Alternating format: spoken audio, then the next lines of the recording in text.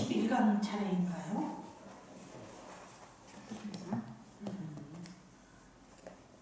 11강 맞아요? 11강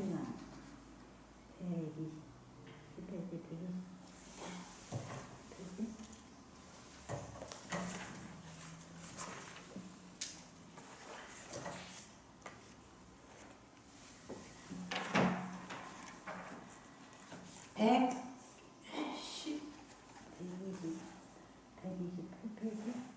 예. 예, 그럼 126페이지까지 하시. 네. 128이라고요? 네. 128페이지.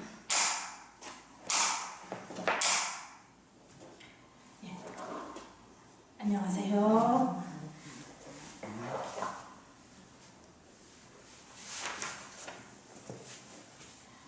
아, 128페이지 경률론 3장의 성립 차례입니다.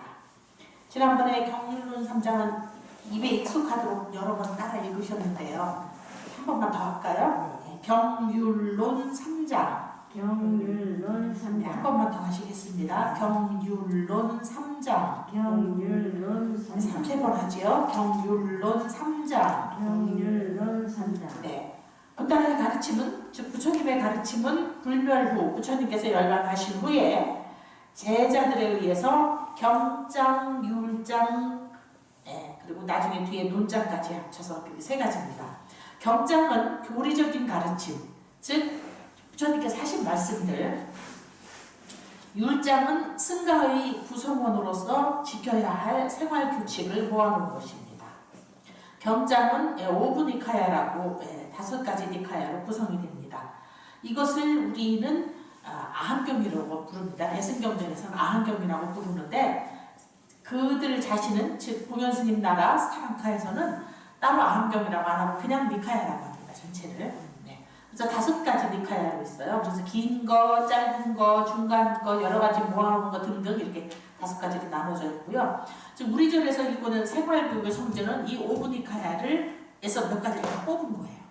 그래서 우리 절에서 읽고 있는 생활불교 성전에 보면 밑에 가려 뽑은 아한경이라고 되어 있죠. 그러니까 아한경에 있는 내용들을 모은 거거든요. 즉 이 5부 니카야를 모은 거예요. 디가 니카야는 34개의 긴 경으로 이루어져 있고 마지막 니카야는 152개의 중간 길이의 경. 상유다 니카야는 내용적으로 동일한 주제나 서로 관련된 항목을, 그다음에 앙구따라 니카야는 법수라고 숫자로 되는 것들입니다. 법수라는 말이 뭐냐면 삼기의, 삼보, 사홍서원, 오계, 육바라밀, 팔정도 이런 거 있죠. 숫자로 나가는 거. 그걸 법수라고 합니다. 자, 그런 내용을 주제로 편집한 거. 그 다음에 쿠타카 니카야는 이 외에 15종의 경을 모아놓은 것 등등입니다. 자, 이 5 니카야는 빨려로 전승이 되어서 현존합니다. 오면스님, 저기 차실에 가면 책장에 잘 찾아보면 거기 중간 눈 있는 데쯤에 그 폐업경 있어요. 스리랑카 경전. 좀 갖고 오시려면 내가 보여드릴게. 자, 이 빨려로 전승이 돼서 현존을 합니다. 한편 한역이 되어서, 즉 한문으로 번역이 되어서 현존하는 것도 있는데 디가 니카야를 장아함경이라고 한문으로 번역했고요. 마지막 니카야는 충아함, 상유다 니카야는 잡아함, 앙구따라 니카야는 증일아함이라고 이렇게 합니다. 그 다음에 율장은 경분별, 건도부, 부수 뭐 이런 것들로 있는데요. 이거는 제가 그냥 오늘 생략하고 넘어가겠습니다. 밑으로 내려갑니다. 맨 밑에 4번째 줄, 경장과 율장은 제1결집 때, 즉 처음으로 부처님 막 열반을 하셨을 때 스님들이 500아라한이 모여서 경을 모았다고 했죠? 그때를 말합니다. 그때 붓다의 제자들이 암송을 통해서 집성하는 것으로 붓다의 직설을 표방합니다. 즉 부처님께서 하신 말씀을 들었던 분들이, 기억하는 분들이 얘기를 한 거예요. 그래서 다문제일 안한존자, 가장 많이 듣고 가장 기억력이 좋은 안한존자께서 부처님께서 어느 때에 누가 와서 이렇게 물었더니 이렇게 대답하셨습니다. 이런 내용들을 쭉 다 외운 거예요. 그러면 500아라한들이 다 만장일치로 맞다, 그것이 사실이라 하는 것들만 경으로 채택이 되어서 그 채택이 됐다고 해서 어디다 쓰는 게 아니에요. 옛날에는 종이가 없었으니까. 그래서 이걸 다 외웠어요. 줄줄줄 앉아서 외우는 거예요. 계속. 이렇게 외워서 내려갔습니다. 암송을 해서. 자, 그 다음에 부파분열이라고 해서 이제 어떤 부처님이 안 계시니까 점점 의견들이 이렇게 달라졌다고 그랬잖아요. 의견들이 달라져서 한 집에 살림을 해도 속된 말로 그런 말이 있어요. 오이를 먹는데도 친정집하고 시집이 먹는 방법이 다르다고. 오이를 먹어도 먹는 방법이 달라요. 꼭지부터 먹는 사람 있고 끝부터 먹는 사람 있고, 사과를 먹어도 잘라서 껍질 까는 사람 있고 까서 껍질 까서 자르는 사람 있고 다 다르잖아요. 통으로 먹는 사람 있고 지각이 다르잖아요. 그러니까 의견들이 다르니까 부처님께서 계실 때에는 제세 시에는 부처님께서 여쭈면 되는데 부처님이 열반하시고 나니까 이제 이게 맞아 저게 맞아 의견들이 달라지면서 여러 개 표로 나누어졌다. 그게 이제 부파불교라고 했습니다. 자, 그렇게 이제 부파분열 후에 각 부파들은 자신들의 입장에서 붓다의 가르침을 정리하고 해설하게 되는데 이것을 모아놓은 것이 바로 논장입니다. 그래서 경율론 논장이에요. 이게 바로 스리랑카에서 좀, 그러니까 사실은 부처님 열반하신 후에 한 500년가량은 그냥 입으로 외워 내려간 거예요. 쓰지를 않았어요. 그러다가 스리랑카에는 아쇼카 왕이 즉 기원전 3세기 때, 그러니까 지금부터 약 2300여 년 전에 스리랑카 불교가 전래가 됐는데 그 후로도 외우다가 한 200년 지나서, 그러니까 지금부터 2100년 전쯤에 그때쯤에 이제 큰 난리가 나고 전쟁이 나고 그다음에 큰 홍수와 감옥이 들고 이러면서 이제 기아의 사람들이 허덕여서 굶어 죽는 사람들이 생긴 거예요. 그러니까 사람들이 굶으면 스님도 굶어요. 왜? 사람들이 밥을 먹어야 스님들은 밥을 갖다 주지 않습니까? 그러니까 이제 스님들이도 굶어서 죽는 스님들이 생기면서 아, 이렇게 우리가 다 죽고 나면 부처님의 가르침이 남질 않겠구나. 기록을 해야 되겠다. 그래서 그 당시는 종이가 없을 때입니다. 그래서 이걸 폐업경이라고 해요. 이게 나뭇잎이에요. 나뭇잎을 손질을 해서 삶고 말리고 그래서 테이프처럼 손질을 해요. 그래서 거기다가 그 옛날에 등사기, 저희 국민학교 다닐 때는 선생님들이 시험지를 등사기로 냈어요. 그 종이에다가 매끌매끌한 종이에다가 이렇게 펜으로 잉크 안 나오는 펜, 송곳 같은 펜으로 글씨를 쓴 다음에 이렇게 등사를 하면 거기 송곳 같은 데는 잉크가 들어가는 거예요. 거기가 종이가 끄어졌으니까 그런 것처럼 여기가 그렇게 된 거예요. 그래서 이거 만든 걸 폐업경이라고 해요. 그래서 이게 지금 폐업경인데 스리랑카는 아직도 이 폐업경을 만듭니다. 근데 이거는 뭐냐면 처음으로 스리랑카에서 경을 기록을 한 거기 때문에 처음 경전이라서 지금도 폐업경을 만들긴 하는데 물론 지금 인쇄가 많이 발달했으니까 다 종이로 한 경을 보지요. 근데 이런 경을 아직도 만들어요. 그래서 이게 폐업경 이따가 눈으로 직접 보셔요. 여러분들께도 이렇게 보여드립니다. 저기 가져가서 보여드릴까? 그래야 되겠어요. 여기 인터넷으로 보시는 분들은 아빠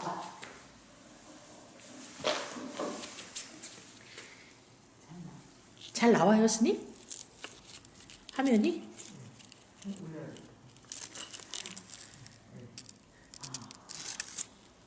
이렇게 종이처럼 만드는 나뭇잎에다가 글씨를 이렇게 쓴 거예요. 그래서 이제 양옆은 이렇게 보호하도록 이렇게 만들어 거죠. 이게 폐업경입니다. 이 내용은 지금 마하망갈라수타 우리 경전에서 1페이지부터 3페이지까지 할 때 2페이지, 3페이지 진정한 행복에 관한 말씀 우리 읽잖아요. 지금 그 내용이에요.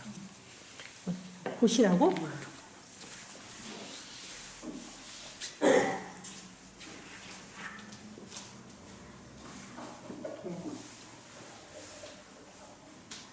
그래서 이제 이렇게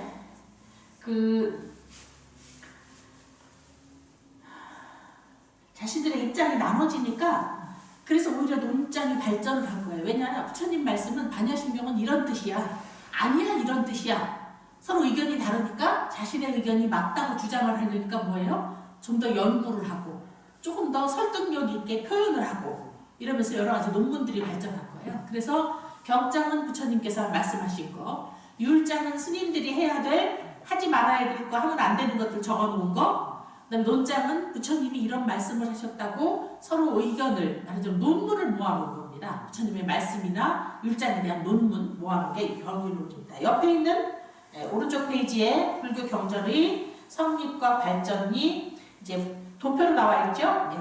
9분교훈, 12분교로 나누는데 경륜론 3장이 성립이 됐고요. 그 다음에 이제 이 3장이 경륜론 3가지에 다 박사인 사람을, 뛰어난 사람을 삼장법사라고 해요.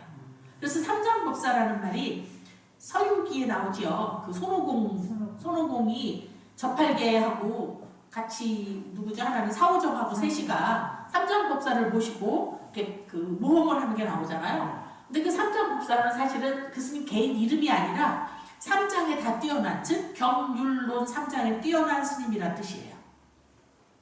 그러니까 경에 뛰어난 스님은 경장법사, 논장에 뛰어난 논장법사, 율장법사인데 3장이 다 뛰어나서 삼장법사입니다. 실제 그 스님의 이름은 현장스님이에요. 현장법사예요. 그러니까 삼장법사는 박사라는 뜻이에요. 예를 들면 3가지 박사 이런 말처럼 3장에 다 뛰어난 분이라는 뜻입니다. 그 다음에 이제 경장은 부처님께서 설하신 가르침을 모아놓은 것, 율장은 승가생활과 관련된 규율을 모아놓은 것. 스님, 이거 저기 스피커를 조금만 줄여볼래요? 스님, 보면 스님, 스피커 조금만 줄여보세요. 이게 많이 울리는 것 같아요. 우리는 괜찮은데 지금 이 인터넷으로 들을 때는 굉장히 안 좋은 것 같아요. 그래서 다음에는 제가 지금 마이크를 구입을 하려고 하거든요. 좀 안 울리는 마이크를. 예, 조금만 키워보세요. 예, 오케이. 듣는 분이 어떠신지 모르겠네요. 이게 지금 쌍방향이면 보고는 오케이 이러면 나아졌는 줄 안 되시고 그건 아니라서 모르겠네요. 자, 논장은 부처님의 가르침에 관한 심도 있는, 깊이 있는 연구서와 주석서를 논장이라고 합니다. 각 부파는 부다의 가르침을 학문적으로 연구해서 독자적인 해석을 전개한 논장을 성립시켰습니다. 그래서 부파 불교는 역사적인 명칭이고 아비달마 불교라는 말은 학문적인 명칭인데요. 제가 지금 아비달마라는 말은 따로 안 썼는데 바로 이 논장을 아비달마라고 그래요. 경륜론 중에서 논장을 아비달마라고 합니다. 그건 뭐 꼭 아셔야 될 단어는 아니에요. 그냥 그런 단어가 있습니다. 모두 다 부다의 가르침에 관한 연구라는 뜻입니다. 자, 그럼 이제 불탑숭배로 가겠습니다. 130페이지. 옆에 그냥 옆에 도표로 설명을 간단하게 할게요. 네. 부처님께서 열반하신 후에 그 부처님의 육신을 화장을 했습니다. 화장을 하니까 이제 사리가 많이 나왔어요. 그러니까 사리라는 게 다른 게 아니라 본래 사리라는 말은 재라는 뜻이에요. 재. 그러니까 타고나면 재를 사리라 그래요. 근데 이상하게 그 재 중에서 일반 재가 아닌 구슬 같은 것이 나온 거예요. 그래서 그 후로는 지금은 재를 말고 그 구슬 같은 거를 사리라고 하죠. 깨지지 않고 타지 않고 남아있는 것들. 그런 사리가 많이 나와서 그 사리를 8부로 등분을 했습니다. 8개 나라에서 다 부처님의 사리를 갖겠다고 한 거예요. 그래서 8개로 등분을 해서 인도의 각국의 8개의 나라에 탑을 세워서 그 안에다가 사리탑을 건립을 한 거죠. 그런데 그 후로 한 200년 후에 아쇼카 왕이라는 왕이 이제 인도를 통일했다고 했죠. 통일을 하고 나서 이 부처님의 사리탑 중에 하나는 안 건드리고 나머지 7개는 열었어요. 열어서 사리를 더 세분화한 거예요. 하나씩, 2알씩 세분화해서 84,000개의 절을 세운 거예요. 84,000개의 탑을 세우고 그 안에 사리를 봉안을 한 거예요. 그러니까 처음에는 8개였지만 나중에는 84,000개의 탑이 된 거죠. 그래서 그 아쇼카 왕은 8개의 불탑 가운데 하나를 제외하고 7탑을 해체해서 사리를 모은 후에 다시 나누어서 84,000개의 불탑을 세웠습니다. 그 다음에 이제 우리가 인도 성지순례를 갔었는데 이 산치 대탑은 못 갔어요. 왜냐하면 산치는 부처님이 우리 사위성, 뭐 왕사성 부처님께서 많이 계셨던 곳 거기로부터 좀 많이 떨어져 있어요. 제가 산치 대탑을 갔을 때 지금 기억에 기차를 타고 갔는데 완행열차가 아닌 차를 탔거든요. 근데도 18시간을 갔어요. 그러니까 멀어요. 그래서 산치 대탑은 일반 성지순례를 갔을 때는 가기가 어려워요. 그런데 이제 저는 여기 산치 대탑을 갔지요. 그래서 지금 불탑 중에서 가장 오래된 탑이 바로 산치 대탑이에요. 그래서 여기 산치라는 곳이 중인도, 인도의 중부에 있는 그런 곳인데 거기 있는 대탑인데 모양이 이렇게 동고스름하게 반구형으로 되어 있어요. 그래서 왜 그랬냐면 부처님께서 열반하시겠다고 미리 말씀을 하셨어요. 안한존자에게 나는 3개월 후쯤에 열반에 들겠노라. 그러니까 안한존자가 그럼 부처님 돌아가시면 장례는 어떻게 합니까? 그럼 화장을 해라. 그럼 화장을 하고 난 후에 남은 만약에 사리가 나오거나 이러면 어떡합니까? 그럼 탑을 세워라. 그럼 탑은 어떤 모양으로 세울까요? 그러니까 부처님께서 바로 밥그릇 있잖아요. 바로 그 바로를 팍 엎어놓으시면서 이렇게 세워라 하시는 거예요. 그래서 남방불교는 탑이 다 이런 모양입니다. 동그란 모양이에요. 스리랑카의 탑들도 다 이런 모양이에요. 근데 이제 중국이나 우리나라에 와서는 이렇게 층을 올리는 이건 뭐냐면 건물의 의미예요. 건물. 3층 집처럼 궁궐처럼 지어서 그렇게 이제 이렇게 석탑이 이렇게 올라갔는데 중국이나 이제 인도나 스리랑카나 미얀마는 탑들이 다 이렇게 둥그런 반구 모양, 반원형 모양입니다. 자, 이걸 복발이라고 그러는데 반을 엎어놓은 형태다라고 합니다. 옆에 거를 좀 읽어볼게요. 8분골이라고 8개로 나누었다는 겁니다. 자, 부처님께서 열반하신 후에 유해를 쿠시나가라의 말라족에 의해서 거두어져서 화장으로 장례가 진행되었다. 왜냐하면 부처님께서 열반하신 곳이 바로 쿠시나가라에서 열반을 하셨어요. 그러니까 그 지방에 있는 사람들이 이제 주가 돼서 장례를 진행을 했죠. 부타의 열반 소식을 들은 7부족이 각각 자신의 땅에다 부타의 사리를 넣은 스투파가 소리를 옮겨서 탑이 된 거예요. 그래서 스투파는 인도 발음이고 탑은 중국 발음이에요. 중국 발음인데 중국 글자고 우리 발음인 거죠. 중국은 탑을 하면 타가 돼요. 타 이렇게 발음이 타 이러거든요. 그러니까 스투파, 타, 탑. 그래서 인도는 스투파라고 부르고 중국은 타라고 하고 우리 발음으로는 그게 탑인 거예요. 자, 이렇게 탑을 스투파를 건립을 해서 공양하고자 말라족에게 사신을 보내서 사리 분배를 요청합니다. 말라족은 처음에는 이를 거부합니다. 왜냐하면 우리 여기서 돌아가셨으니까 다 우리가 가질 거야, 안 나눠줄 거야 이런 거죠. 그러니까 다른 나라에서 전쟁을 불사하겠다고 해요. 전쟁을 불사하겠다. 전쟁을 해서라도 우리도 사리를 가져갈 거야. 이러니까 이제 도나라고 하는 바라문의 설득으로 평등하게 사리를 8분, 8가지로 나누었습니다. 8등분을 한 거죠. 뒤늦게 찾아온 삐빨라 마을의 모리아족에게는 줄 유골이 없었어요. 그래서 화장하고 남은 재도 줬고, 그 다음에 중재자였던 도나는 사리를 담았던 병을 받았습니다. 사리를 얻은 사람들은 고향으로 돌아가 각지에 이것을 봉헌하는 스투파를 세웠습니다. 이렇게 해서 8개의 사리탑과 제9의 도나의 병탑, 이거는 이제 사리병 함을 담았던 병탑, 그 다음에 제10의 제탑, 재를 모은 탑까지 있었어요. 처음에는 이렇게 탑이 10개가 있다가 나중에 여기서 7개를 거두어서 합쳐서 다시 분배를 해서 84,000개의 탑을 세웠다. 그 다음에 이제 경전 편찬도 옆에가 너무 좀 어렵습니다. 그래서 그냥 여러분 읽어보시고요. 저는 옆에 그 도표만 가지고 설명을 드리겠습니다. 1세기에서부터 3세기 무렵입니다. 그러니까 즉 우리말로 하면은 이제 0년, 1년부터 100년 사이에부터 200년 사이까지, 그러니까 지금으로부터 약 1800년 전쯤이에요. 1800년 전쯤에 인도에는 쿠샤나 왕조라는 왕조가 있었고 그 쿠샤나 왕조의 왕은 카니시카 왕이었습니다. 이 왕은 127년에서 151년 사이에 왕 노릇을 하고 있었습니다. 자, 이는 아주 불교를 깊이 신봉하고 그 그 다음에 불교를 외호, 밖에서 많이 보호를 했습니다. 설일체 유부라고 하는 교단을 지지를 했어요. 이 부파불교가 여러 개가 있었는데 이 부파에 파루슈바라는 스님에게 귀의를 해서 카슈미르에다 500명의 아라한을 모아서 다시 4차 결집이라고 합니다. 그러니까 이게 이제 결집이라는 게 한 번씩 뭐냐면 처음에 결집을 했고 두 번째 했고 세 번째 했지만 시간이 지나면 사람들이 자꾸 다른 얘기들을 하게 되는 거예요. 요즘처럼 이게 써놓은 게 아니니까.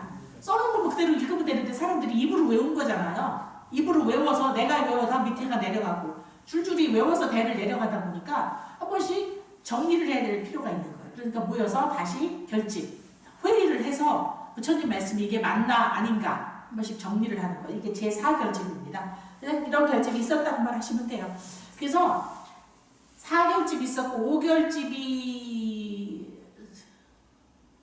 스리랑카에서 있었고 6결집이 미얀마에서 있었고 이런 적이 있어요. 근데 그것들은 사실은 완전히 불교를 연구하는 분 외에는 크게 따질 일이 아니라 제일 중요한 게 제1결집이었던 거예요. 근데 결집이라는 걸 왜 했느냐? 부처님이 돌아가시고 나니까 부처님이 하셨던 말씀을 정리할 필요가 있었다. 누가 시작을 했느냐? 카섭파사파 부처님의 제일 큰 제자 카사파 존자가 와서 아라한들만 깨달음을 얻은 아라한들만 모아놓고 부처님 말씀을 정리를 한 거예요. 근데 그때 사실은 제일 많이 들었던 사람이 다문제일 아라한 존자가 부처님 법문을 제일 많이 들었어요. 그리고 들으면 다 기억을 하는 사람, 요즘 말로 하면 컴퓨터 같은 머리를 가진 사람이에요. 근데 안타깝게도 이분이 아라한이 아니었어요. 그러니까 아라한 존자는 아라한이 아니니까 아라한은 못 들어온다 이렇게 된 거예요. 그러니까 아라한이 나는 부처님 말씀을 평생 듣고 가장 많이 듣고 가장 많이 기억을 하면서도 내 스스로 깨달음을 얻지 못해서 나는 아라한이 못 되어서 그 부처님 말씀을 모으는 행사하는 자리에도 나는 못 가는구나. 그래서 밤새 그야말로 잠이 안 오는 거죠. 네? 그걸 뭐라고 그래야 되나? 분하다 그럴까요? 누구한테 속거나 이래서 나는 왜 이것밖에 안 됐나? 분했던 거죠. 그래서 잠을 안 자고 수행을 해서 그날 새벽에 깨달음을 얻었어요. 그래서 그날 오전에 하는 행사에 참석을 했어요. 그래서 제1결집이 가장 중요해요. 그래서 그 제1결집이 500아라한이 모여서 회의를 했기 때문에 그 후로도 결집을 하면 500아라한들을 모아서 회의를 한 거예요. 그래서 나한전에 나한님을 모실 때 500나한이를 모십니다. 근데 이제 500나한을 다 모실 수 없을 때에는 16성을 모시고 16성을 다 모시지 못할 때는 한 분을 모시고 이렇게 해요. 그래서 한 분일 때는 독수성이라고 하고 16분일 때는 16성, 500분일 때는 500성, 성인이다. 그래서 지신기명예 영산당시 수불부촉 10대 제자. 그래서 지극한 마음으로 부처님께 예배합니다. 영축산에서 부처님께서 법문을 설하실 당시에 그 자리에서 부처님의 말씀을 들었던, 부탁을 받았던, 우리말로 요즘 말로 하면 유언을 들었던 이런 말입니다. 내가 없어도 이렇게 교단을 운영해라 라고 하는 부탁을 들었던 10대 제자, 16성, 500성, 독수성, 이게 다 아라한들을 말하는 거예요. 저는 희망하기를 우리 법당에 500성, 500아라한을 모시는 걸 제가 오늘 세우고 있어요. 이 얘기는 오늘 처음 하는 겁니다. 겉으로 하기는. 지금 여기다가만 하는 것 같은데 실제로 여기서 다 들으시는구나. 나중에 언젠가는 하고 싶은 마음이 있어요. 500성을 모시고 싶은 있습니다. 여기는 그냥 이렇게만 해도 되고요. 이거는 지금 사실은 완전히 불교를 연구할 분들 정도가 아실 것이지 그렇게 하지 않아도 될 것 같습니다. 자, 그 옆에 이제 불상문명만에서 하겠습니다. 이거는 정말 우리도 중요하게 여길 만한 부분이니까 134페이지입니다. 자, 붓다의 열반 후 부처님께서 열반하신 후에 불교도들은 육체를 버리고 참된 열반의 경지에 들어간 성스러운 붓다를 부처님의 인간의 모습으로 조각하는 것을 꺼렸어요. 왜냐하면 부처님의 모습을 어떻게 우리가 만들어 그렇게 훌륭한 분을 내가 만들어서 부처님의 모습이 제대로 나타날까? 그런 생각이 들어서 차마 모습으로도 못 만들었어요. 왜냐하면 성스러움과 신성함이 감소될 수 있기 때문이었습니다. 붓다에 대한 상징은 주로 어떻게 했냐면 붓다가 평소 부처님께서 앉아 계시던 좌선하시던 명상하시던 보리수 보리수나무가 부처님을 대신했어요. 그래서 부처님을 차마 그리거나 조각을 할 수 없으니까 보리수를 그려놓으면 아 저게 부처님 이렇게 생각한 거예요. 그래서 보리수로 하거나 그 다음에 부처님이 앉아 계시던 연꽃 같은 자리입니다. 불좌. 그래서 연꽃 모양으로 부처님이 앉아 계시던 자리. 그 다음에 산계가 뭐냐면 보산계라고 해서 이렇게 일종의 말하자면 양산입니다. 양산은 1인용이죠. 산계는 조금 더 커요. 그래서 남방불교도 그렇고 옛날 중국도 그렇고 우리나라도 옛날에 산계가 있었어요. 근데 요즘은 잘 사용을 안 하는데 그래서 큰 스님들이 가실 때는 큰 우산을 황금색으로 된 우산을 옆에서 이렇게 받쳐드려요. 비가 안 와도 네, 그게 산계예요. 그래서 산계를 세운 불좌, 그 다음에 불족적, 즉 뭐냐면 부처님 발자국이 새겨진 거 이런 것으로 그 다음에 불탑 같은 모양으로 붓다의 존재를 대신 표현을 했습니다. 기원전 3에서 2세기경에 조성된 아르후트 불탑이나 산치대탑, 그 다음에 난순 혹은 문 기둥 등에 보이는 전생도, 즉 부처님 붓다의 전생 그림이나 붓다의 불전도, 붓다의 전기 그림에는 즉 뭐냐면 부처님께서 전생에 이러이러한 일을 하셨다 이런 거를 그림으로 그리거나 조각으로 했어요. 탑 같은 데다가. 그럴 때, 그 다음에 부처님 평생에 계셨을 때 어디서 태어나셨고 뭘 하셨고 이런 거를 이렇게 그림으로 그리거나 조각을 할 때 부처님을 직접 안 그렸어요.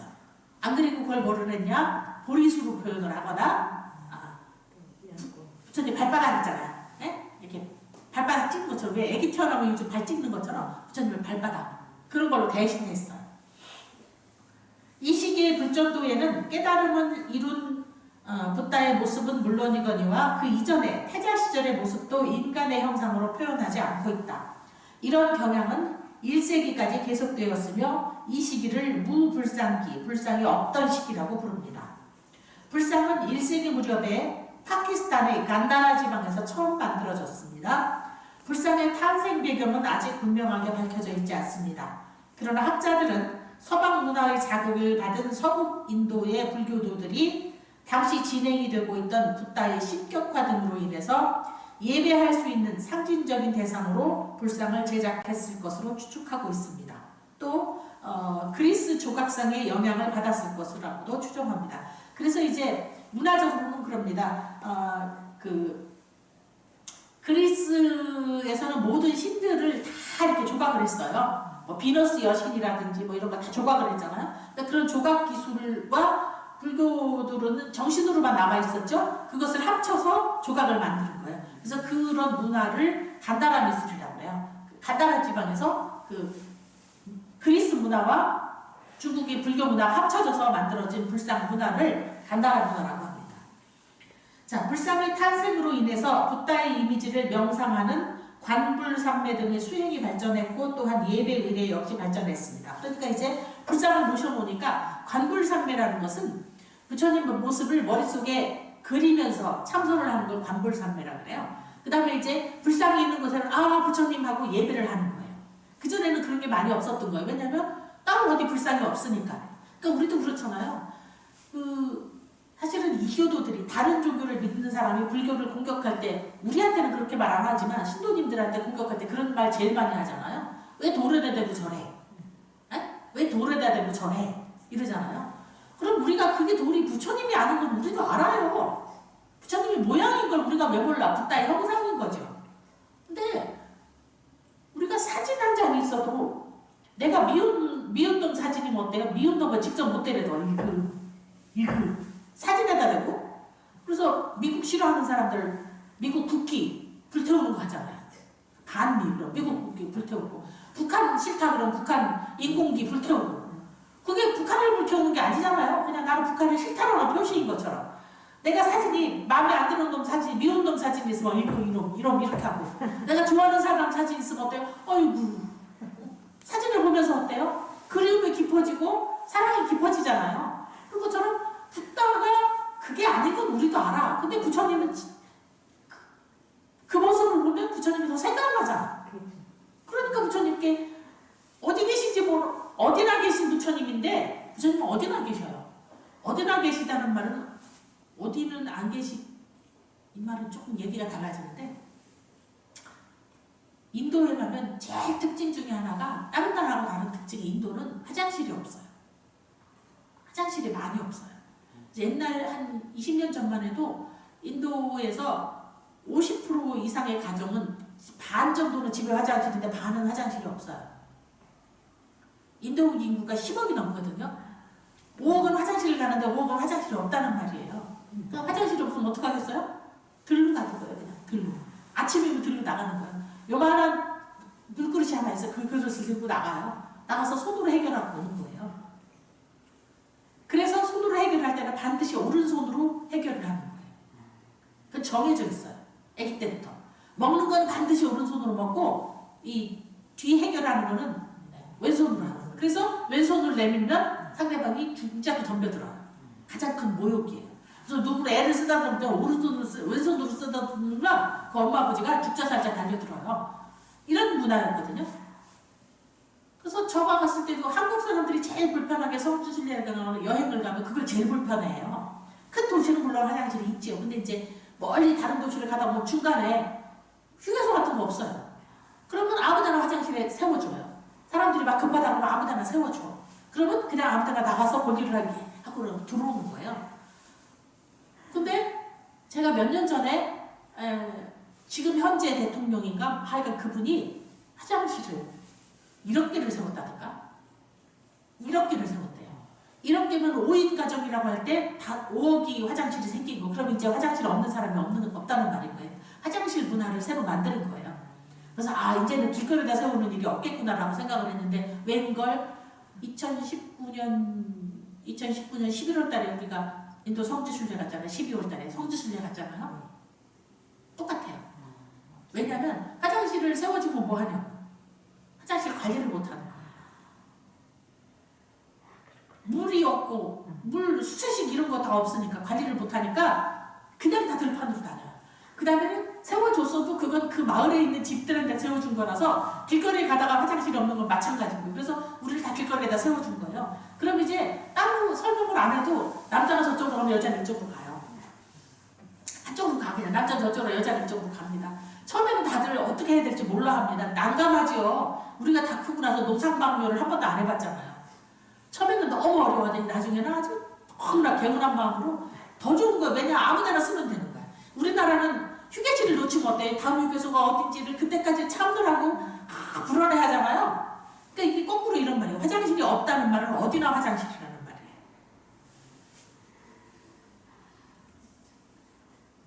이게 지금 이 얘기를 하다 부처님 얘기를 해서 좀 이상하긴 한데 부처님은 어디나 계시다는 말은 어디에 있는지 모른다는 말이기도 한 거예요. 그렇죠. 어디나 계시다는 말은 어디 있는지 모른다는 말이기도 한 거예요. 인도는 그런 말을 하는데 인도는 쓰레기통도 별로 없어요. 쓰레기통이 없다는 말은 뭐냐면 어디나 버려도 된다는 말입니다. 쓰레기통이 없으면 어때요? 버리면 안 돼 이런 게 없는 거예요. 그래서 쓰레기통이 없다는 말은 어디나 쓰레기통이라는 말이기도 하고요. 화장실이 없다는 말은 어디나 화장실이라는 말이기도 해요. 그래서 처음에는 노상방뇨를 너무 힘들어하더니 나중에는 아주 너무 편한 거예요. 오히려 지저분한 화장실에 세워주는 것보다 노상방뇨가 훨 나아요. 처음에 어렵지 두 번째 세 번째는 쉬워요. 그래갖고 나중에 어떤 때 이래요. 오늘은 좋았어. 풀도 없고 모래밭이어서 좋았어 이러고 들어옵니다. 처음에 거기 갈 때 한국 사람들은 뭐 하냐면 우산 가지고 가 양산 가지고 와서 피고 앉아서 해요. 그럼 사람들이 진짜로 쳐다봅니다. 뭐 하나 하고. 왜냐면 저기 대중목욕탕에 갔을 때 혼자 팬티 입고 들어오면 사람들이 쳐다보잖아요. 저 여자 뭔데 팬티를 입고 들어오나 쳐다보듯이 혼자 왜냐면 다 노상방뇨를 하기 때문에 누구를 안 쳐다봐요. 그거는 시켜도 뭐라고도 안 쳐다봐. 왜냐면 나도 하는데 안 쳐다봅니다. 근데 혼자서 피고 있으면 뭔데 저걸 피고 다니나 이러고 쳐다보는 거야. 그 처음에는 너무 어려웠는데 나중에는 너무나 개운한 얼굴로 오고 가다가 급하면 화장실 좀 세워달라고 그래요. 그럼 그냥 세워주고 그냥 나가는 거예요. 저쪽으로 가는 거예요. 그러니까 희한한 얘기를 했습니다. 그래서 부처님께 예배를 한다는 말은 그거예요. 부처님은 어디나 계시지만 어디나 계시다고는 하지만 어디 계신지 모르잖아요. 그런데 불상이 보이면 부처님 하고 생각이 나는 거예요. 그래서 이 불상이 부처님 진짜가 아닌 건 우리도 알아. 불상인 건. 그렇지만 우리가 태극기를 보면 애국하는 마음이 나고 미운 놈 사진을 보면 이렇게 하고 미운 생각이 나고, 그리운 사람 사진을 보면 좋은 것처럼 부처님 불상을 보면 부처님에 대한 믿음과 존경의 마음이, 신성한 마음이 나기 때문에 불상을 모시는 거예요. 네. 자, 그래서 이제 여기 지금 여러 가지 모습인데 그거는 조금 안 읽어도 됩니다. 그냥 집에 가서 따로 읽어보세요. 135페이지 1세기 이전까지 붓다는 인간의 모습으로 표현되지 않고 불족적, 즉 부처님의 발자국이나 보리수, 법륜은 제가 설명을 드렸죠? 이렇게 수레바퀴 모양, 진리의 수레바퀴 모양 같은 상징물로 표현이 되었습니다. 그래서 불교도들은 그 상징물에 예배를 했습니다. 그런데 이제 기원 1세기경에 파키스탄의 간다라 지방에서 처음으로 붓다의 모습이 조각되기 시작을 했습니다.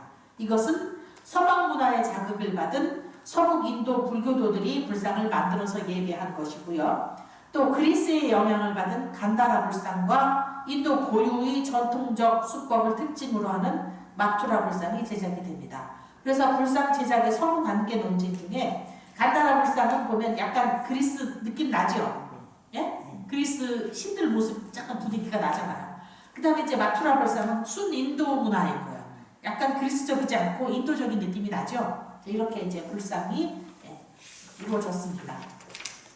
근데 실제 이건 이제 역사적인 얘기고요. 문화적인 얘기고, 우리가 보통 이제 들은 바로 여기는 안 나왔는데 불상 조각은 이렇게 나옵니다. 부처님께서 제세시에 부처님께서 세상에 계실 때에 한철, 즉 3개월을 안 계셨다 그래요. 지상에서 모습이 없었어요. 왜냐하면 부처님이 하루를 저 천상에 어머니를 만나러 천상에 다녀오셨어요. 도솔천에. 어머니를 만나러 하루를 다녀오셨는데 지상에는 3개월을 안 계신 거예요. 지상의 시간과 천상의 시간이 달라요. 천상의 하루는 지상의 3개월이었던 거예요. 그러니까 부처님께서 안 계시니까 어떤 왕이 찾아와서, 그 당시에는 이제 우전왕이라는 우전국의 왕입니다. 우전국의 왕이 부처님께 와서 예배를 하려고 했더니 부처님이 안 계신 거예요.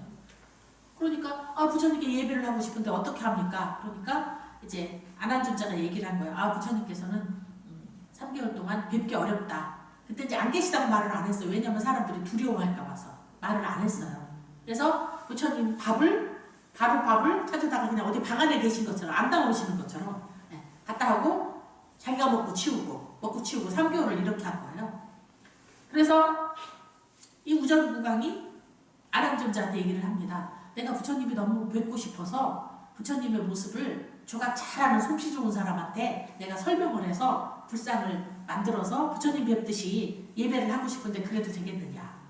그래서 불상을 처음 조각했다. 그래서 그 조각한 나무 이름은 전단향 나무로 조각을 했고 우전국왕이 처음 불상을 제작을 했다. 그래서 나중에 부처님께서 이제 하루 만에 내려오셨지만 지상에서는 3개월 만에 배운 거죠. 배워서 이제 우전국왕이 부처님께 인사를 하면서 그 얘기를 한 거예요. 제가 부처님을 몇 달을 못 뵈니까 너무 그리워서 이렇게 제가 조각 잘하는 사람한테 나무로 부처님 모습을 조각을 해서 예배를 했는데 그래도 괜찮겠습니까? 잘못한 건 아닙니까? 부처님께서 잘못한 거 아니다 라고 하셔서 그 불상을 조각하기 시작했다. 이런 얘기가 이제 우리는 신앙적으로는 그런 얘기가 내려옵니다. 이건 지금 이제 역사 문화적으로 나온 얘기고요. 그 다음에 이제 석불사원의 발달 136페이지입니다. 아소카 왕 이후에 서북 인도의 불교 교단이 푸샤나 왕조의 지지하에, 이거는 다 지금 다 옆에 그냥 그 도표로만 하겠습니다. 이게 지금 왕 이름, 왕조 이름, 그 다음에 뭐 그 문화적인 역사 얘기가 인도가 굉장히 복잡하고 많아요. 그래서 여러분이 읽으셔서 너무 많이 들어놓으면 기억이 안 나요, 오히려. 그래서 꼭 기억할 것들만 이해하시는 게 좋을 것 같아서 옆에 도표로 가겠습니다. 옆에 지금 녹색으로 인도의 모습이 그려져 있죠. 여기서 보면은 아잔타라고 거기 동그라미 있죠. 여기서 이제 석굴이, 굉장히 아잔타 석굴이 아주 크게 있습니다. 그 밑에 가면 엘로라라고 있죠. 아잔타하고 엘로라가 가장 유명한 석굴이에요. 그 다음에 이제 나시크, 곤디부테, 바시아, 메두사 이런 석굴도 있지만 이런 석굴은 이 아잔타나 엘로라보다 유명하지는 않아요. 네. 그 다음에 이제 강이 보면 겐지스강, 인더스강 이제 이 두 강이 인도의 가장 중요한 강이고 특히 이 겐지스강 있죠. 그 겐지스강을 요즘은 겐지스강이라고 부르는데 인도에서는 이걸 강가라고 불러요. 강가를 중국 사람들이 번역할 때 항하라고 했어요. 항하. 그래서 금강경에 항하사 하는 게 바로 이 겐지스강을 말하는 거예요. 그래서 인도 사람들이 생각하기에 가장 성스러운 강은 겐지스강이에요. 그래서 지금 이제 남인도의 불교입니다. 자, 남인도의 불교가 본격적으로 전파된 것은 기원전 2세기 이후입니다. 왜냐하면 기원전 3세기 때 아쇼카 왕이 인도를 통일하고 나서 이제 불교를 전파를 했거든요. 그렇게 전파가 되면서 여기 지금 데칸 고원이라고 거기 고원 있죠. 그 아래가 지금 이제 남인도인 거예요. 그래서 부처님께서 성불하셨던 곳은 이 데칸 고원 위쪽이에요. 지금 거기 인도의 녹색 지도 중에 겐지스강이 있고 데칸 고원 있죠. 그 사이가 부처님께서 계시던 곳이에요. 주로 성불을 하신 곳, 열반을 하신 곳, 깨달음을 얻으신 곳, 8대 성지가 다 이쪽에 있어요. 그런데 이제 옛날에 고원을 넘는다는 거는 쉽지 않잖아요. 그러니까 바로 그쪽까지는 전례가 안 되다가 기원전 3세기 때 아쇼카 왕이 인도를 통일하고 나서 남인도까지 이제 불교를 전례를 한 거예요. 그래서 남인도에도 불교가 전례가 되면서 어떻게 됐느냐? 데칸 동남부에 위치한 인드라 왕조의 지지하에 불교가 크게 번성을 하게 됩니다. 그러면서 이제 서부를 조성을 하는데요. 인드라 왕조는 서방 국가와의 교역으로 축적한 막대한 부를 기반으로. 그래서 역시 돈은 지금이나 옛날이나 농사는 큰 돈은 안 돼요. 농사는 그냥 먹고 사는 거지 큰 돈은 안 돼. 큰 돈은 장사예요. 장사도 여기서 하는 장사보다 멀리서 그게 무역인 거잖아요. 무역이 뭐예요? 이 지방에 좋은 걸 저 지방으로 갖다 주고 저 지방에 좋은 거 여기 없는 거를 가지고 오고 그러니까 인도 거를 중동이나 서방으로 보내고 서방이나 중동에 있는 걸 인도로 가져오고 이 무역인 거죠. 그러니까 기원전에도 이미 인도는 이렇게 무역을 많이 한 거예요. 무역을 하는 나라들이 돈이 많아요. 그러니까 이제 축적한 막대한 부를 기반으로 도시를 했고 그 다음에 교역로상에 위치하니까 교역 상인들의 지친 심신을 달래주는 역할도 했고요. 그래서 여기서 스님들은 상인들에게 법을 보시를 했고 즉 불교일관에서 가르침을 전했고 교역 상인들은 스님들에게 재물을 보시해서 사찰을 건립하도록 한 거예요. 근데 옛날에는 이 남인도 쪽에는 석굴에다가 사원을 지었어요. 그러니까 뭐냐면 우리는 집을 지으면 땅을 주춧돌을 놓고 벽을 세고 지붕을 올리잖아요. 물론 옛날에 인도도 그렇게 하긴 했을 거예요. 근데 그런 건물들은 100년, 200년 잘 가야 1000년 가잖아요. 잘 가야 1000년 가지. 그런데 석굴은 뭐냐면 땅굴을 파고 굴 안에다가 절을 지으니까 이거는 지금도 그대로 있어요. 지금도 그대로 있고 그 안에 벽화를 그린 게 아직도 있어요. 2300년 전 벽화가 아직도 있다고. 저는 아잔타하고 엘로라 석으로 가봤거든요. 그래서 이제 이렇게 석굴 사원이 많이 발전을 하게 됩니다. 그 다음에 이제 대승불교의 탄생으로 넘어갑니다. 왜냐면 사실은 오늘 하고 다음에 불교 이게 끝나야 되는데 한 번에 다 끝나지 못하면 한 번 더 5월 초까지는 가지만 본래의 제 계획대로면 다음번에 센치주 법회 오늘 끝내고 5월부터는 천수경으로 들어가야 되거든요. 그래서 이제 대승불교의 탄생으로 넘어갑니다. 자, 저는 소승이라는 말을 제가 안 좋아하지만 그래도 어쨌든 다들 그런 말을 사용을 했기 때문에 어쩔 수 없이 사용을 합니다. 네. 자, 붓당의 140페이지입니다. 붓당의 열반 후 400년, 500년이 경과한 기원 전후에 즉 뭐냐면 지금부터 약 2100년 전쯤에 인도에서는 대승불교라고 하는 새로운 불교 운동이 일어납니다. 대승이란 모든 사람을 깨달음으로 인도하는 탈것, 즉 훌륭한 가르침이라는 의미입니다. 이 새로운 운동을 이끌어간 사람들은 보살이라고 불렀습니다. 그 다음에 이는 깨달음을 구하는 유정이라는 뜻인데요. 제가 이제 다음에 천수경을 시작하기 전에 용어 설명을 한 번 할 거예요. 그때 이제 보살에 관한 설명을 한 번 더 할 겁니다. 근데 이 대승불교라는 이제 제가 비유를 들자는 거예요. 탈 것이라고 하잖아. 승. 대승자는 대는 큰 대자고 승은 탈승자잖아요. 우리가 승계, 탑승, 이런 것처럼 승차 이런 것처럼 탈 것이란 말인데 대승이라는 말은 큰 탈 것이라는 뜻이에요. 그러니까 뭐냐면 기차, 큰 배. 그럼 소승이란 뭐냐면 작은 탈 것, 자전거, 오토바이, 혼자 타는 차, 승용차, 누구 안 타고 나 혼자 타는 차. 그러면 작은 차는 작은 차의 장점이 있고 큰 차는 큰 차의 장점이 있어요. 작은 차의 장점이 뭐겠어요? 혼자 타고 오셨죠? 장점이 뭐예요? 편하고 조용하고. 아무 때나 네, 아무 때나. 내가 가고 싶을 때 내가 가고 싶은 곳을 갈 수 있죠. 큰 차의 장점은 뭐겠어요? 잘 모르시겠다. 저는 큰 차를 타요. 저는 대중교통을 이용하거든요. 장점이 뭐냐? 내가 운전을 안 해도 돼. 내가 운전을 안 해도 돼. 그래서 차 운전도 안 해도 되고 돈도 개인 힘도 덜 들어. 운전을 안 해도 힘도 안 들고. 그다음에 기름값도 내가 혼자 운전을 하면 기름값이 많이 들 거 아니에요. 서울을 운전했다 오면 기름값도 많이 들고 돈도 많이 들고 힘도 많이 들 거 아니에요. 집중해서 서울 운전을 해야 되는데 제가 서울 갈 때 저는 운전을 안 하니까 차가 없으니까 고속버스 타고 가잖아요. 그럼 뭐예요? 딱 차를 타면 저는 딱 눈 감아요. 그리고 그때부터 안방인 것처럼 쉬어가요. 딱 도착하면 눈 뜨거든요. 그러니까 뭐야? 편안하게 가요. 내가 신경을 안 써도 원하는 목적지에 데려다 줘요. 근데 단점이 뭐겠어요? 정해진 시간에 가요. 그럼 차 못 치면 못 타요. 근데 어떤 때는 차표가 꽉 차면 내 차표가 없으면 못 타요. 그러니까 뭐냐면 대승의 장점은 어떤 길을 잘 아는 사람이, 즉 운전을 잘하는 사람이 큰 차를 아주 운전을 해주면 나는 그냥 편안하게 거기 가는 목적지에 데려다 준다는 거야. 이게 장점이에요. 그러니까 기차를 타면 그렇잖아요. 편안하게 100명, 1000명도 탈 수 있을걸요? 큰 기차, 많이 여러 열차에 100명도 1000명도 탈 수 있고 100명도 1000명도 타는 배도 있잖아요. 배도 있고. 근데 배 중에 작은 배, 혼자 젓는 있죠. 쪽배. 쪽배로는 큰 섬 저기 멀리 바다까지 못 나가죠. 왜냐면 혼자 노를 져서 쪽배를 타고 나가자면 위험하잖아요. 그 다음에 힘들잖아요. 근데 큰 배를 타면 어때요? 편안하게 거기까지 나가잖아요.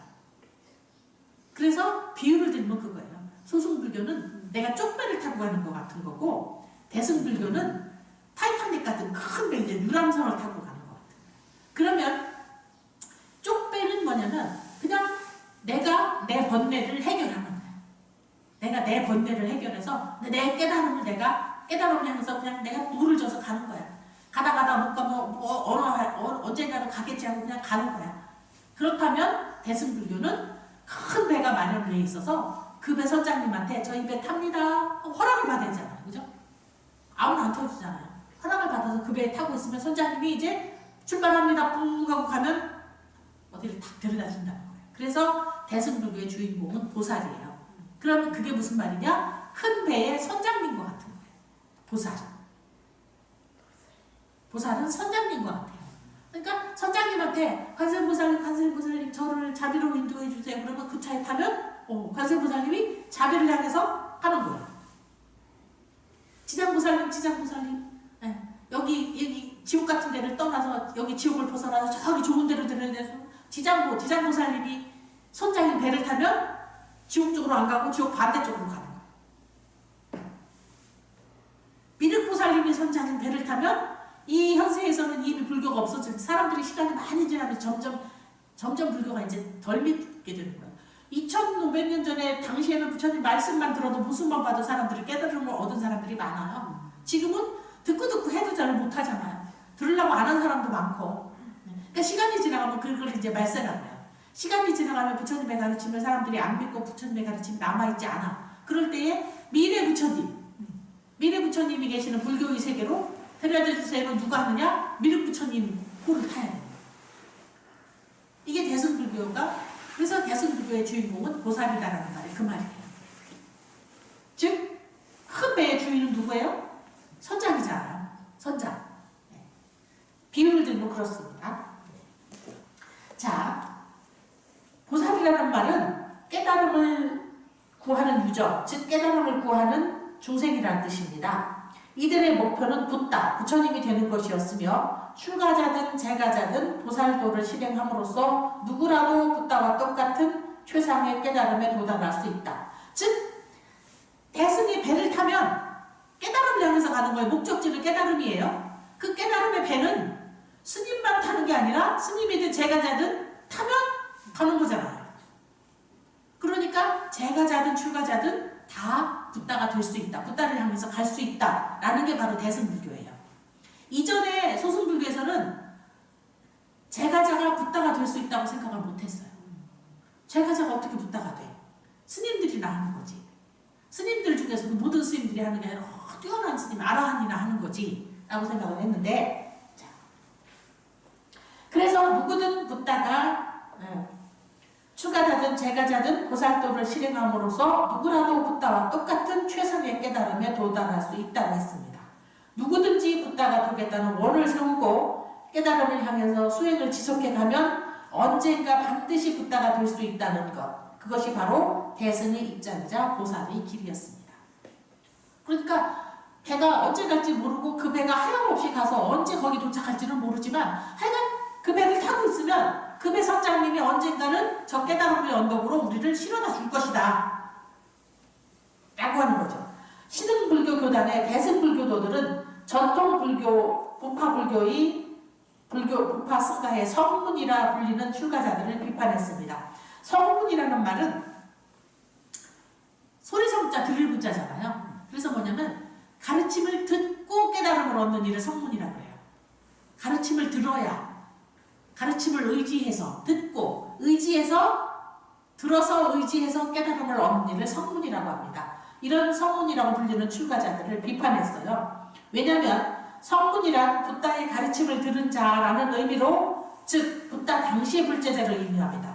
그러니까 부처님 당시에 부처님한테 법문을 들은 사람만 깨달음이 되면 그럼 그 위의 사람들은 우리는 전혀 깨달음을 얻지 못하는 거야? 우리는 아예 희망이 없는 거야? 가망이 없는 거야? 자, 이런 의미가 드는 거죠. 그래서 성문들의 최종 목표는 붓다보다 한 단계 아래인 아라한이라 불리는 성자가 되는 것이었습니다. 근데 그들은 생각에 깨달음을 얻어서 아라한, 즉 모든 번뇌가 없어지면 되는 거지 우리가 어떻게 붓다가 돼? 부처님이 될 수는 없다고 생각해. 그래서 우리가 대승에서 소승이라고 부르는 이유 중에 하나가 그들은 최종 목표가 아라한인 거예요. 최종 목표가 아라한인데 대승불교에서는 아라한보다 한 단계 위에 보살, 보살 위에 한 단계 위에 부처님까지 최종적으로 우리도 갈 수 있다는 거예요. 최종 목표가 더 높아진 거예요. 더 높아진 거예요. 이해하시겠어요? 네. 이는 물론 출가자들에게만 열린 길이었습니다.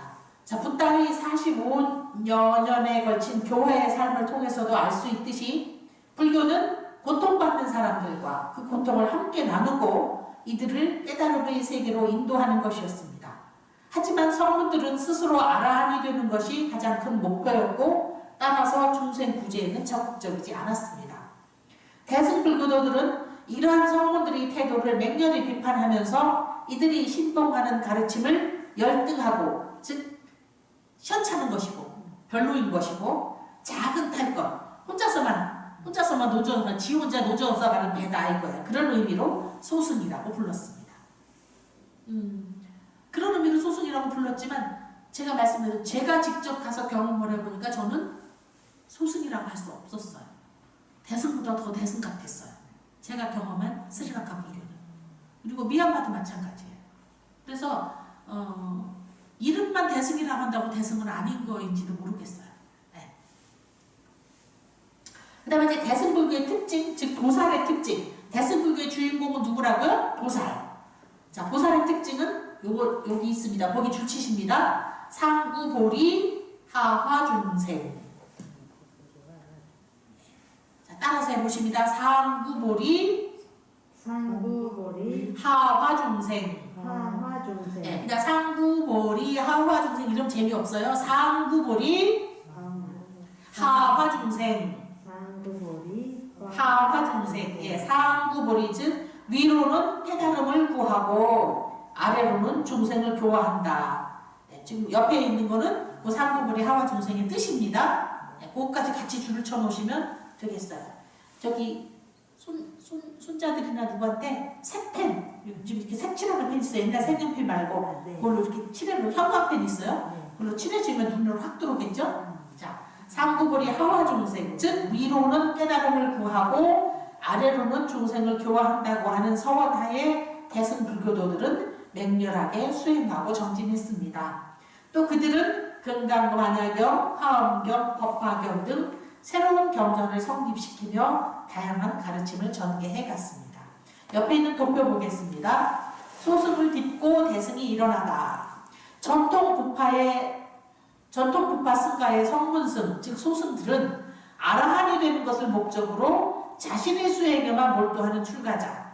그러니까 비유를 들면 그거예요. 그냥 스님만 배를 타고 저기 깨달음을 가겠다고 자기 혼자 녹음을 그냥 스님만 노져서 가고 신도들은 불자님들 옆에서 그냥 강가에서 쳐다만 보고 있는 것 같은 거예요. 불교가. 그렇다면 대승들은 어떻게 했느냐? 그 강가에다가 큰 배를 대놓고 그 배의 선장님이 관세음보살님, 지장보살님 이런 선장님들이 여기 와서 타라 하면 내가 저 강을 건너 저기 바다 건너 저기로 들여다 주겠다 하는 불교 같아요. 큰 배와 같은 거예요. 그래서 대승불교에 등장을 하게 되는데 기원 전후로 기존의 성문승들을 소승이라고 비판을 하는 새로운 사상운동이 등장했습니다. 자, 대승의 취지는 뭐냐? 같이 해보십니다. 큰 소리로 상구보리 하화중생. 즉 위로는 말이라는 건 정신적이라는 뜻이죠. 정신적으로는 깨달음을 추구하고 아래로는 즉 행동이나 실천으로는 중생을 교화한다라는 서원하에 수행하고 정진했습니다.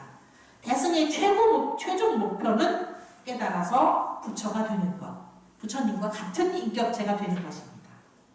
그 밑에 그림 있죠? 출가자와 재가자 모두가 대승의 가르침에 따라서 수행을 하면 다 깨달음을 얻어서 부처가 될 수 있다라는 가르침이 바로 대승불교의 특징입니다. 그래서 대승불교 그러면 단어로는 상구보리 하화중생을 외우고 계시면 돼요. 상구보리 하화중생. 상 위로는 보리 깨달음을 구하고 하화중생 아래로는 중생을 교화한다. 자, 그다음 132페이지 보살입니다. 보살이라는 단어는 아주 중요합니다. 우리가 보살님 불명이 제가 이거 교리 끝날 무렵에는 제가 좋은 불명을 찾아서 불명을 찾아드리겠습니다. 우리나라만이 이렇게 해요. 여자 신도님들을 보살이라고 불러요. 다른 나라는 그런 거 없어요. 제 생각에는 보살님들 보고 보살님처럼 되라고 보살이라고 불렀던 것 같아요. 예를 들면 규원이 보고 왕자님 하는 것처럼 규원이가 진짜 왕자는 아니잖아요. 근데도 뭐라나? 우리 왕자님. 저기 준우 보고 왕자님 하겠죠. 준우 할머니. 우리 왕자님 하잖아요. 요즘 제일 인기 있는 꼬마는 그 꼬마 아닐까 싶어요. 하영이. 저는 저기 좋아하거든요. 그 슈퍼맨이 돌아왔다 좋아하거든요. 어린이 프로. 거기 보면 장윤정 딸 하영이. 엄청 말 잘하잖아요. 쬐그만 게 엄청 말을 얼마나 잘하는지. 그 다음에 객관적으로 용모가 예쁜 아이는 아니잖아요. 그런데 하는 게 너무 말 잘하고 하는 행동이 예쁘니까 너무 귀엽고 사랑스럽잖아요. 그런데 그럼 거기도 보면 공주라고 하잖아. 그러니까 진짜 공주는 아닌데 공주라고 해. 뭐냐? 공주처럼 예쁘고 사랑스럽다. 왕자처럼 예쁘고 사랑스럽고 귀하다 라는 의미로 우리 왕자 하는 것처럼 보살님처럼 되라고 보살 불렀는 것 같아요. 그래서 여자 신도님을 보살이라고 부르는 나라는 우리나라밖에 없어요. 우리나라에서만 있는 일이에요. 그건 좀 특이한 일입니다. 그래서 보살이라고 보살이라고 부르긴 하지만 실제 진짜 보살은 아니잖아요. 이제 진짜 보살에 관한 얘기입니다. 자, 보살은 142페이지. 보살은 주로 대승불교의 기수로 언급이 되지만 자타카를 비롯한 초기 경전 및 북파불교 시대의 불전문학 등에서 이미 보살이라는 용어나 이념을 확인할 수가 있습니다. 자타카는 부처님이 전생 이야기를 자타카라고 해요. 자타카. 첫째 줄에 자타카를 비롯한이라고 나오죠. 부처님께서 500번의 전생을 당신이 기억하는 전생을 말씀하셨어요. 부처님께서 500번의 전생이 모였을 때 그 전생이 모였을 때를 하신 본문을 자타카라고 합니다. 그래서 전생담이라고도 합니다.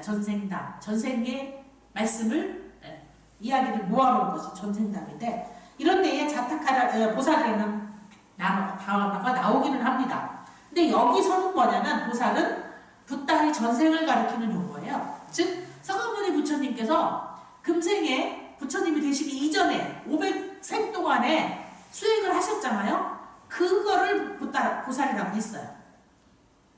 그러니까 처음에는 부처님의 전생을 보살이라고 했지만 후에는 부처님이 전생에 끝없는 수행을 통해서 마침내 붓다가 되신 것처럼 부처님이 되신 것처럼 부처님이 되려고 수행하는 일을 보살이라고 부르기 시작한 거예요. 그러니까 아까 제가 비유를 드린 것처럼 그래요. 왕의 아들, 딸을 왕자라고 부르는데 내가 비록 왕비는 아니지만 우리의 아들, 딸이 너무 이쁘고 사랑스러워. 우리 아들이라고 진짜 왕자, 뭐가 모자라? 그러니까 나한테는 너무 사랑스러워서 왕자 같아. 그래서 왕자라고 부른 것처럼 그런 것처럼 지금 본래 보살은 부처님이 부처님이 되기 위해서 수행하는 시기를 보살이라고 불렀는데 그 후로는 부처님이 돼야 되겠다는 마음을 먹고 수행하는 일을 그러면서 본인도 그런 수행을 하고 다른 중생들까지 데리고 가려고 하는 일을 보살이라고 부르기 시작한 거예요.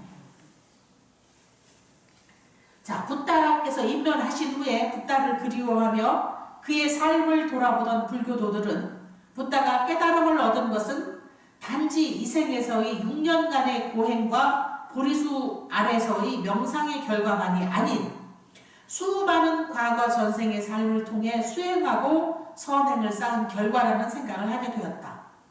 이는 당시 인도 사회에 퍼져있던 유래사상이나 업사상 그리고 붓다에 대한 이상화, 초인화 현상이 만들어낸 것이었습니다. 나아가 불교도들은 붓다가 과거 생에 깨달음을 얻겠다는 원을 처음 세우고 수행을 시작한 계기와 관련해서 연등불수기 사상을 발전시켰습니다.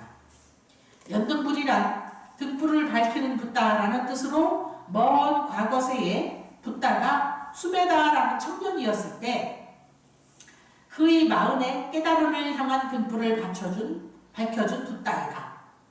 수베다는 연등불과 만났을 때 나도 저분처럼 언젠가 깨달음을 얻어서 신들을 포함한 이 세상 사람들을 구제하겠노라고 원을 세웠고 그의 마음을 들여다본 연등불은 사무수 10만겁이라는 길고 긴 시간 후에 곧다마라는 붓다가 될 것이라는 수기를 내립니다. 이렇게 해서 수베다의 보살로서의 길고도 긴 여정이 시작이 됩니다. 이게 무슨 말이냐?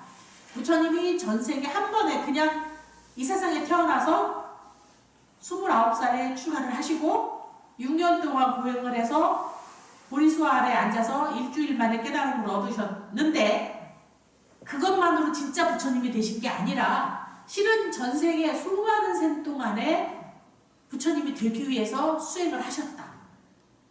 아주 먼 옛날에 수메다라는 청년으로 있을 때 연등비라는 부처님을 만나서 보고는 나도 저분처럼 붓다가 돼야지 라고 원을 세워서 수많은 겁 동안 수행을 하셔서 마침내 2500 몇십 년 전에 이 세상에 오셔서 고타마 붓다가 됐다라는 얘기입니다. 그래서 이렇게 저는 이렇게 하겠습니다 라고 하니까 그분이 그래 너는 할 수 있어 라고 약속을 해주시는 거예요. 예언이라는 건 너는 이렇게 될 거야 라고 하는 미래 너는 어떻게 될 거야 라고 예언하는 사람도 있잖아요. 그런 예언이 아니라 약속을 해주시는 거예요. 너는 그런 사람이 될 수, 너는 붓다가 될 수 있어. 수배다는 얼마 시간 후에 지간 후에 보타바라는 붓다가 될 것이다 라고 약속을 해주죠. 이런 약속을 수기라고 합니다. 수기를 받으신 거예요. 연등부처님한테 수기를 받아서 수많은 생 동안의 고사행을 닦아서 마침내 붓다가 되어 서가모니 부처님이 되었다라는 얘기입니다. 붓다의 삶을 통해 불교도들은 삶의 방향을 발견합니다. 붓다처럼 서원을 세우고 수행을 거듭한다면 언젠가는 붓다가 될 수 있다는 가능성을 발견한 것입니다. 그래서 제가 늘 얘기하죠.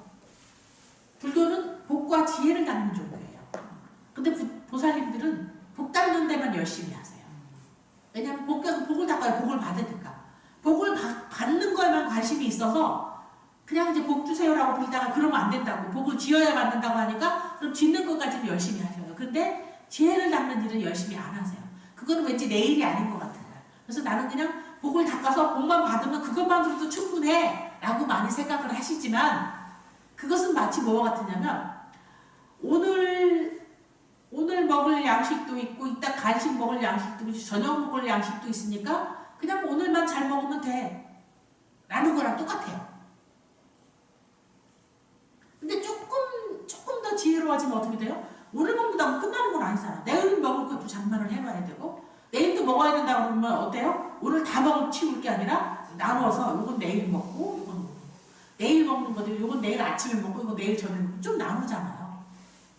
그 다음에 나 혼자 먹을 게 아니라 5명이 먹으니까 5등분을 하고 똑같이 등분하게 애는 조금 덜 주고 저기 장적은 조금 더 먹이고 이렇게 나누잖아. 이게 지혜인 거예요. 그런 것처럼 오늘 이 세계에서의 행복을 그냥 복을 받는 것으로만 끝낼 것이 아니라 진정한 복은 내 세계에서도 복을 닦아야 되는 거예요. 그 다음에 또 하나는 복만으로 살아간다면 즉 배만 부르고 등만 따시는 걸로 된다면 그걸 속된 말로 배부른 돼지란 그래요. 그냥 배는 부르고 등 따시면 그냥 나 돼지여도 좋아? 인간은 거기에 해당이 안 돼요. 그것만 안 돼요. 그것만 말고가 아니라 뭔가 더 높은 것을 이루고 싶어 하잖아요. 그러니까 최종 목표는 우리도 붓다에 부처님에다 두자. 최종 목표는 저 열반에다 두자. 근데 지금 거기에 당장 관심 없는 건 제가 알아요. 당장은 관심이 없지만 현재는 지금은 요런 복 지어가지고 지금 저기 아프신 영감님 얼른 좀 낫고 그다음에 요런 복을 지어서 우리 손자가 어떻게 건강하게 학교 잘 다니고 나중에 대학 잘 졸업하고 그래갖고 좀 예수쟁이 아니고 성격 여우 같지 않은 여자 만나서 장가 잘 가서 살고 그다음에 취업 잘해서 지 앞가름 잘하고 지 식구들 잘 챙기고 지금 소원이 거기에 있는 것만은 알아요. 그렇지만 그건 지금 눈앞에 보이는 것들이고 저 멀리 목표는 그래도 나는 부자로 깨달음에 두는 거예요. 그래서 제가 마하반야 바람이라고 하는 거예요. 최종적으로 저 깨달음으로 가는 제일 큰 배는 마하반야 바람일 후예요. 배 중에 우리를 열반의 언덕으로 실어 나를 배는 마하반야 바람일 후예요. 그 배가 우리를 열반으로 실어 나를 배예요. 다른 배로는 깨달음까지는 못 가요. 다른 배로는 깨달음까지는 못 가요. 자전거가 좋다고 그래서 자전거만 타고는 제주도까지는 못 가요. 원수를 써도 제주도까지는 못 가요. 그런 것처럼 지금은 자전거만 할 수 됐어가 아니라 그래도 배표도 마련하고 비행기도 마련해야 제주도로 가잖아요. 그런 것처럼 예를 들면 지금은 현재는 제주도는 가지만 해외여행은 못 가잖아요. 그렇지만 그래도 아주 지금 생각을 다 접은 게 아니야. 이제 코로나만 가라앉아봐라. 이제 제가 그렇게 하고 있잖아. 코로나만 가라앉아봐라. 저기 올해 2021년 11월 달에 스리랑카 성지순례 가려고 했는데 올해는 못 갈지도 모르겠다. 내년에는 가야지. 내년에 가고 2년 뒤에 그럼 2022년에 가는 거네요. 그럼 2024년도에는 미얀마를 가야지.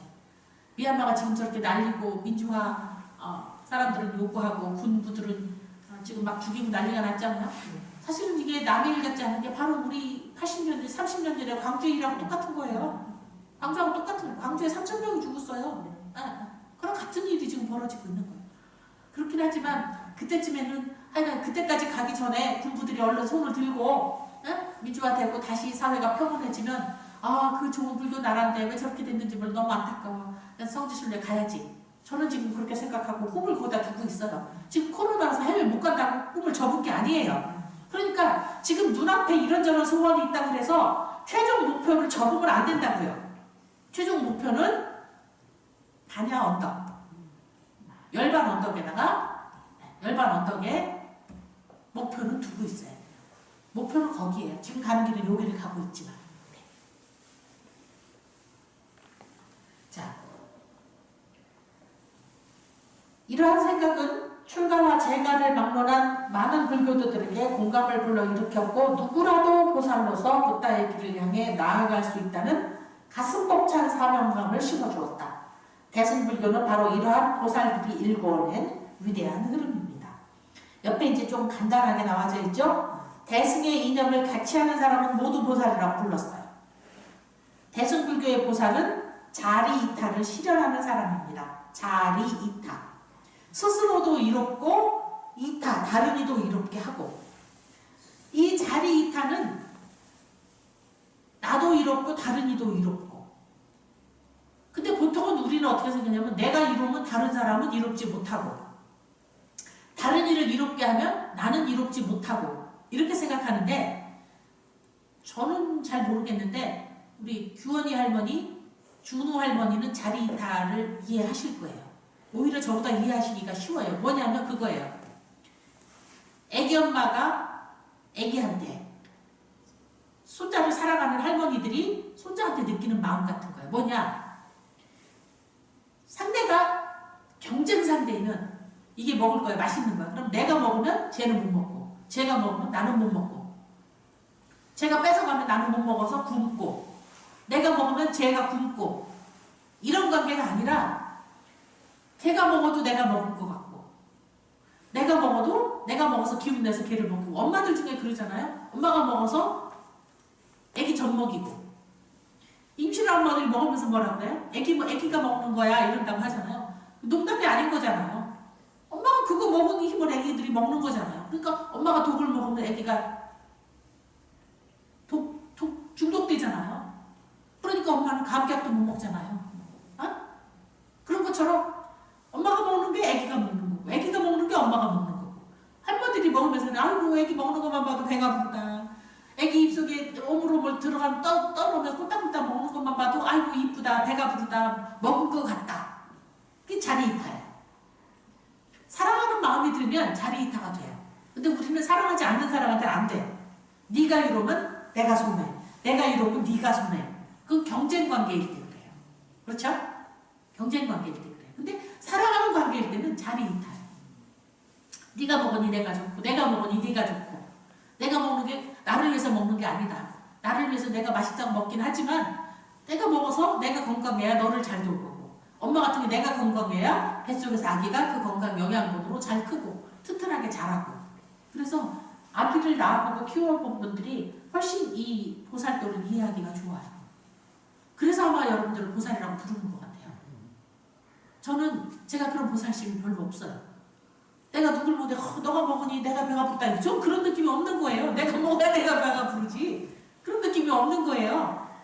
그 다음에 내가 먹어서 너가 이롭다 이런 게 없는 거예요. 내가 먹으면 나만 이롭고 네가 먹으면 너만 이로운 거예요. 근데 선생님들은 엄마가 느끼는 느낌이 있잖아. 그럴 때 뭐예요? 내가 먹어서 아기가 이롭고, 아기가 먹으니 내가 안 먹어도 나는 행복하고 배가 부른 것 같고 기쁘고 즐겁고. 그게 바로 자리이타예요. 그래서 스스로도 이롭고 남도 타인도 이롭게 하는 것. 그게 바로 대승보살. 그런데 대승보살은 이게 모든 중생에 이런 마음을 낸다는 거예요. 모든 중생에게. 근데 여러분들 보살님은, 지금 그냥 보살이라고 부르는 보살님들은 자기 손자, 자기 아들한테만 그런 마음이 난다는 거예요. 그게 다른 거예요. 진짜 보살하고 그냥 보살이라고 부리는 가짜 보살하고 차이가 그거예요. 가짜 보살은 자기 애한테는 그런 마음이 난다. 자, 그래서 성가보살은 불교도들에게 삶의 모델로 정착이 됐다.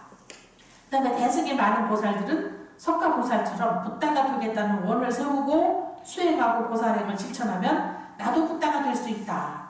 그런 마음이 드는 거죠. 그래서 여기에 지금 거울을 보라는데 거울에 부처님이 보이죠? 그래서 부처님과 내가 둘이 아니다. 나도 잘하면 나도 열심히 수행하면 지혜를 닦고 복을 닦으면 언젠간 나도 부처가 될 수 있다. 라고 그런 희망을 갖게 된 거예요. 그래서 이런 희망을 뭐라고 그러냐면 발심이라고 합니다. 발심. 발심. 마음을 내다. 출발하다. 필발자죠? 필발자. 발심. 그러면 발심은 뭐냐? 발심에다가 이렇게 하고 안에다가 뭐를 넣냐? 발보리심의 준말이에요. 보리심을 내다. 보리심을 내는 건 뭐냐? 보리가 깨달음이잖아요. 부처님처럼 깨달음을 얻어야 되겠다고 나도 깨달음을 향해서 가야 되겠다고 마음을 먹는 거. 그게 바로 발보리심이에요. 발보리심을 줄여서 발심.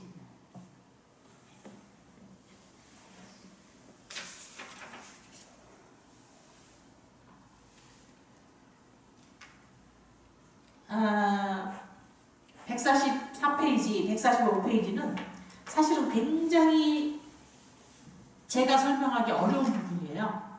내용이 어려운 게 아니라 우리가 대승불교잖아요. 대승불교이기 때문에 이게 설명하기가 굉장히 어려워요. 잘못하면 여러분들이 신심이 꺾어질까 봐서 약해질까 봐서 그것 때문에 제가 설명하기가 되게 어려워요. 읽어보는 건 여러분 읽어보시면 돼요. 그런데 왼쪽에 도표로 제가 설명을 할게요. 이건 한마디로 뭐냐면 대승불교가 기원전 1세기에 지금부터 2100년쯤에 생겨난 운동이에요. 에? 아까 지금 내 역사 얘기했잖아. 그러면서 대승경전도 그때 생겨난 거예요. 그러니까 뭐냐면 우리는 저쪽 불교를 소승불교라고 업스 여겼다고 했잖아요. 즉 뭐냐면 큰 배를 탄 사람들이 뭐라고 그러냐면 아유 저쪽 배로 언제 저 바다를 헤엄쳐 건너가? 저만 혼자 그냥 저 배를 타고 그냥 저 언덕에 가면 끝이야? 어? 우리 중생들 다 데리고 가야지? 역시 우리 대승불교가 최고야. 이런 생각을 가졌어요. 대승불교도들은. 그것도 맞아요. 근데 그럼 저쪽에서는 뭐라고 생각하느냐? 저 대승불교 저 배를 타고 언제 가? 저거 언제 가? 언제 갈 줄 알고 몰라. 근데 뭐냐면 나는 내가 배를 타고 있으면 내가 배 노조일 줄 알고 내가 힘이 좋으면 언젠가 내가 갈 수 있는 거예요. 왜? 내가 가니까. 근데 대승불교 내가 가는 게 아니라 뭐예요? 내가 배를 타고 기다려야 되잖아요. 어? 사실 아직 배도 안 탄 거야. 배를 타야 되겠다고 생각을 해서 지금 배싹 모으고 있는 중이에요. 배표를 살라고 배표가 그게 한두 푼이겠냐고요. 저 영원한 깨달음의 세계로 가는 배예요. 그러니 그 배표가 액수로 말하면 이건 100만 원, 1000만 원도 아닌 거야. 수억도 넘는 돈인 거예요. 굳이 가격을 말하자면. 에? 그러니까 우리는 지금 열심히 배표를 모아야 돼. 배표를 사려다가 돈을 지금 돼지정통에다 모으고 있는 거랑 똑같아요. 어린애기가 나도 큰 집 사야지. 대통령 궁을 가서 보더니 나도 대통령 우리나라 궁이 아니죠. 백악관을 보더니 나도 저런 집에 살아야지라고 해서 애가 돼지정통에다가 10원짜리 100원짜리 모으는 거랑 똑같아요. 지금 우리는 그러고 있는 거예요. 근데 혼자 가는 사람은 뭐예요? 어쨌든 내가 힘만 좋고 내가 길만 잘 알고 내가 의지만 있으면 내가 가는 거니까 언젠가 갈 수는 있다는 거예요. 그럼 그 사람들이 이렇게 보면서 아이고 언제 배가 언제 뜰 줄 알아? 아이고 저 표가 한두 푼인 줄 알아? 언제 그 배상을 네가 모으냐? 이제 그 기약이 없는 것처럼 생각하는 것처럼 저쪽에서는 우리를 얕보는 게 있어요. 비판하는 게 있어요. 그게 뭐냐? 대승계 불교에 가르치는 부처님의 친설이 아니다라는 말이에요. 무슨 말이냐? 석가모니 부처님 입으로 나온 말이 아니다라는 얘기예요. 그 얘기예요. 그거는 교학적으로는 사실이에요. 교학적으로는 사실이에요. 그건 뭐냐면 근데 그러면 대승불교도들은 우리를 어떻게 생각하느냐? 사실은 대승불교도들은 이런 얘기를 처음 들으시잖아요. 그러니까 금강경, 법화경, 화엄경 석가모니 부처님이 직접 말씀하신 경전이 아닌 거예요. 학문적으로 따지면. 그 뭐냐? 석가모니 부처님은 2600년 전 분이고 이런 경전은 2100년 전에 만들어진 경전이에요. 부처님 열반하시고 500년 뒤에 만들어진 경전이에요. 그런데 사람들이 대승불교도들이 만드는 경전이에요. 경전을 만들었는데 이들이 이건 우리가 만들었으니까 제가 만약에 경전을 썼다면 이건 도윤 이렇게 안 쓰고 이건 부처님 말씀이야 라고 한 거예요. 왜? 내가 썼지만 이건 내 생각이 아니야. 내가 썼지만 우리가 썼지만 이건 부처님께서 가르쳐 주신 거야 라는 생각을 하는 거야. 부처님께서 가르쳐 주신 거야. 이건 내가 썼어도 이건 내 얘기가 아니야. 그렇게 된 거예요. 예를 들면 이거 좀 맞는 얘기가 아닐 수 있는데 제가 요즘 즐거운 공양간 음식 뭐 하고 있잖아요. 저는 딱 레시피가 좀 없긴 하지만 하다 보니 레시피가 생기긴 생겨요. 저는 그냥 할 때는 그냥 막 내 맘대로 뚝딱뚝딱 하는데 거기에 설명할 때는 어떻게 해요? 밀가루 반컵 넣으시고요. 뭐 두 숟가락 넣고요. 뭐 구울 때는 약불에서 7분 굽고요. 뒤집어서 7분 이런 얘기를 하잖아요. 근데 사실은 말하자면 이 레시피는 제가 냈지만 실은 제 내용은 아닌 거예요. 왜? 제가 이전에 우리 노스님 하시는 거 먹어보고 우리 스님이 하던 방법인 거예요. 무슨 말인지 아시겠어요? 그러니까 내가 썼어도 이건 도윤이라고 안 하고 제가 우리 스님이 쓴 거야 라고 할 수 있는 거예요. 그러니까 대승보살들이 그렇게 한 거예요. 본인들이 금강경을 써놓고도 이 훌륭한 가르침은 내 생각에서 나온 게 아니야. 이건 부처님께서 일러주신 거야 라고 생각을 하는 거예요. 그런가 하면 저기 스님네 나라 있죠? 저 스리랑카 그런 나라들은 부처님께서 하셨던 말씀을 들었던 사람들이 외웠잖아요. 그래서 그 다음에 500년 뒤에 썼잖아요. 그러니까 그건 확실하게 부처님 말씀이에요. 이건 부처님 입에서 석가모니 부처님 입에서 나온 얘기야. 그러니까 우리는 진짜 부처님이 하신 말씀을 하고 있어. 근데 니네는 진짜 부처님이 하신 게 아니라 나중에 대승보살들이 한 얘기를 하고 있어 라고 생각하는 거예요. 그래서 제가 비유를 들어드린 게 그거예요. 노른자와 같은 거. 노른자는 확실하게 부처님이 하신 말씀이 맞아요. 석가모니 부처님 하신 말씀이 맞아요. 근데 흰자는 다른 사람 대승보살들이 하고는 석가모니 부처님의 가르침이라고 한 거예요. 근데 제가 볼 때는 계란은 노른자만 먹으면 별 맛이 없을 것 같아요. 계란은 노른자도 있고 흰자도 있어야 돼요. 제 생각에는. 근데 저는 안타까운 게 저는 이제 제가 보면 대승과 소승을 다 경험을 해본 사람이라서 그런 거예요. 그럴 수 있다고 보는데 이제 그게 장점일 수도 있는 건데 그게 뭐냐면 우리나라에서는 지금 대승불교에서는 그 노른자 쪽은 거의 안 건드려요. 금강경, 반야심경, 천수경, 법화경, 화엄경, 원각경 이거 다 대승경전이에요. 즉 흰자예요. 흰자예요. 니카야 아함경이 노른자예요. 근데 우리 대승불교에서 아함경은 안 해요. 아함경을 읽는 절은 10%도 안 돼요. 1%도 안 돼요. 아함경을 공부하는 스님도 10%도 안 돼요. 따로 동국대학교를 가거나 요즘은 이제 불교 교류가 이루어지면서 아함경을 해야 된다는 생각 때문에 요즘 새로 출가하는 스님들은 좀 아함경을 잠깐 공부를 하는 게 좀 생기긴 했어요. 그렇지만 저희가 강원에 다니면서 저희가 불교를 공부할 때만 해도 아함경을 안 했어요. 그건 소승계 가르침이다. 그러니까 말하자면 비유를 드린 거예요. 노른자는 콜레스테롤이 많아서 먹으면 안 된다. 노른자 버리는 사람 있죠? 네. 근육 키우는 사람 노른자 버리는 사람 있잖아요. 저는 노른자는 안 했어요. 아함경을 안 했어요.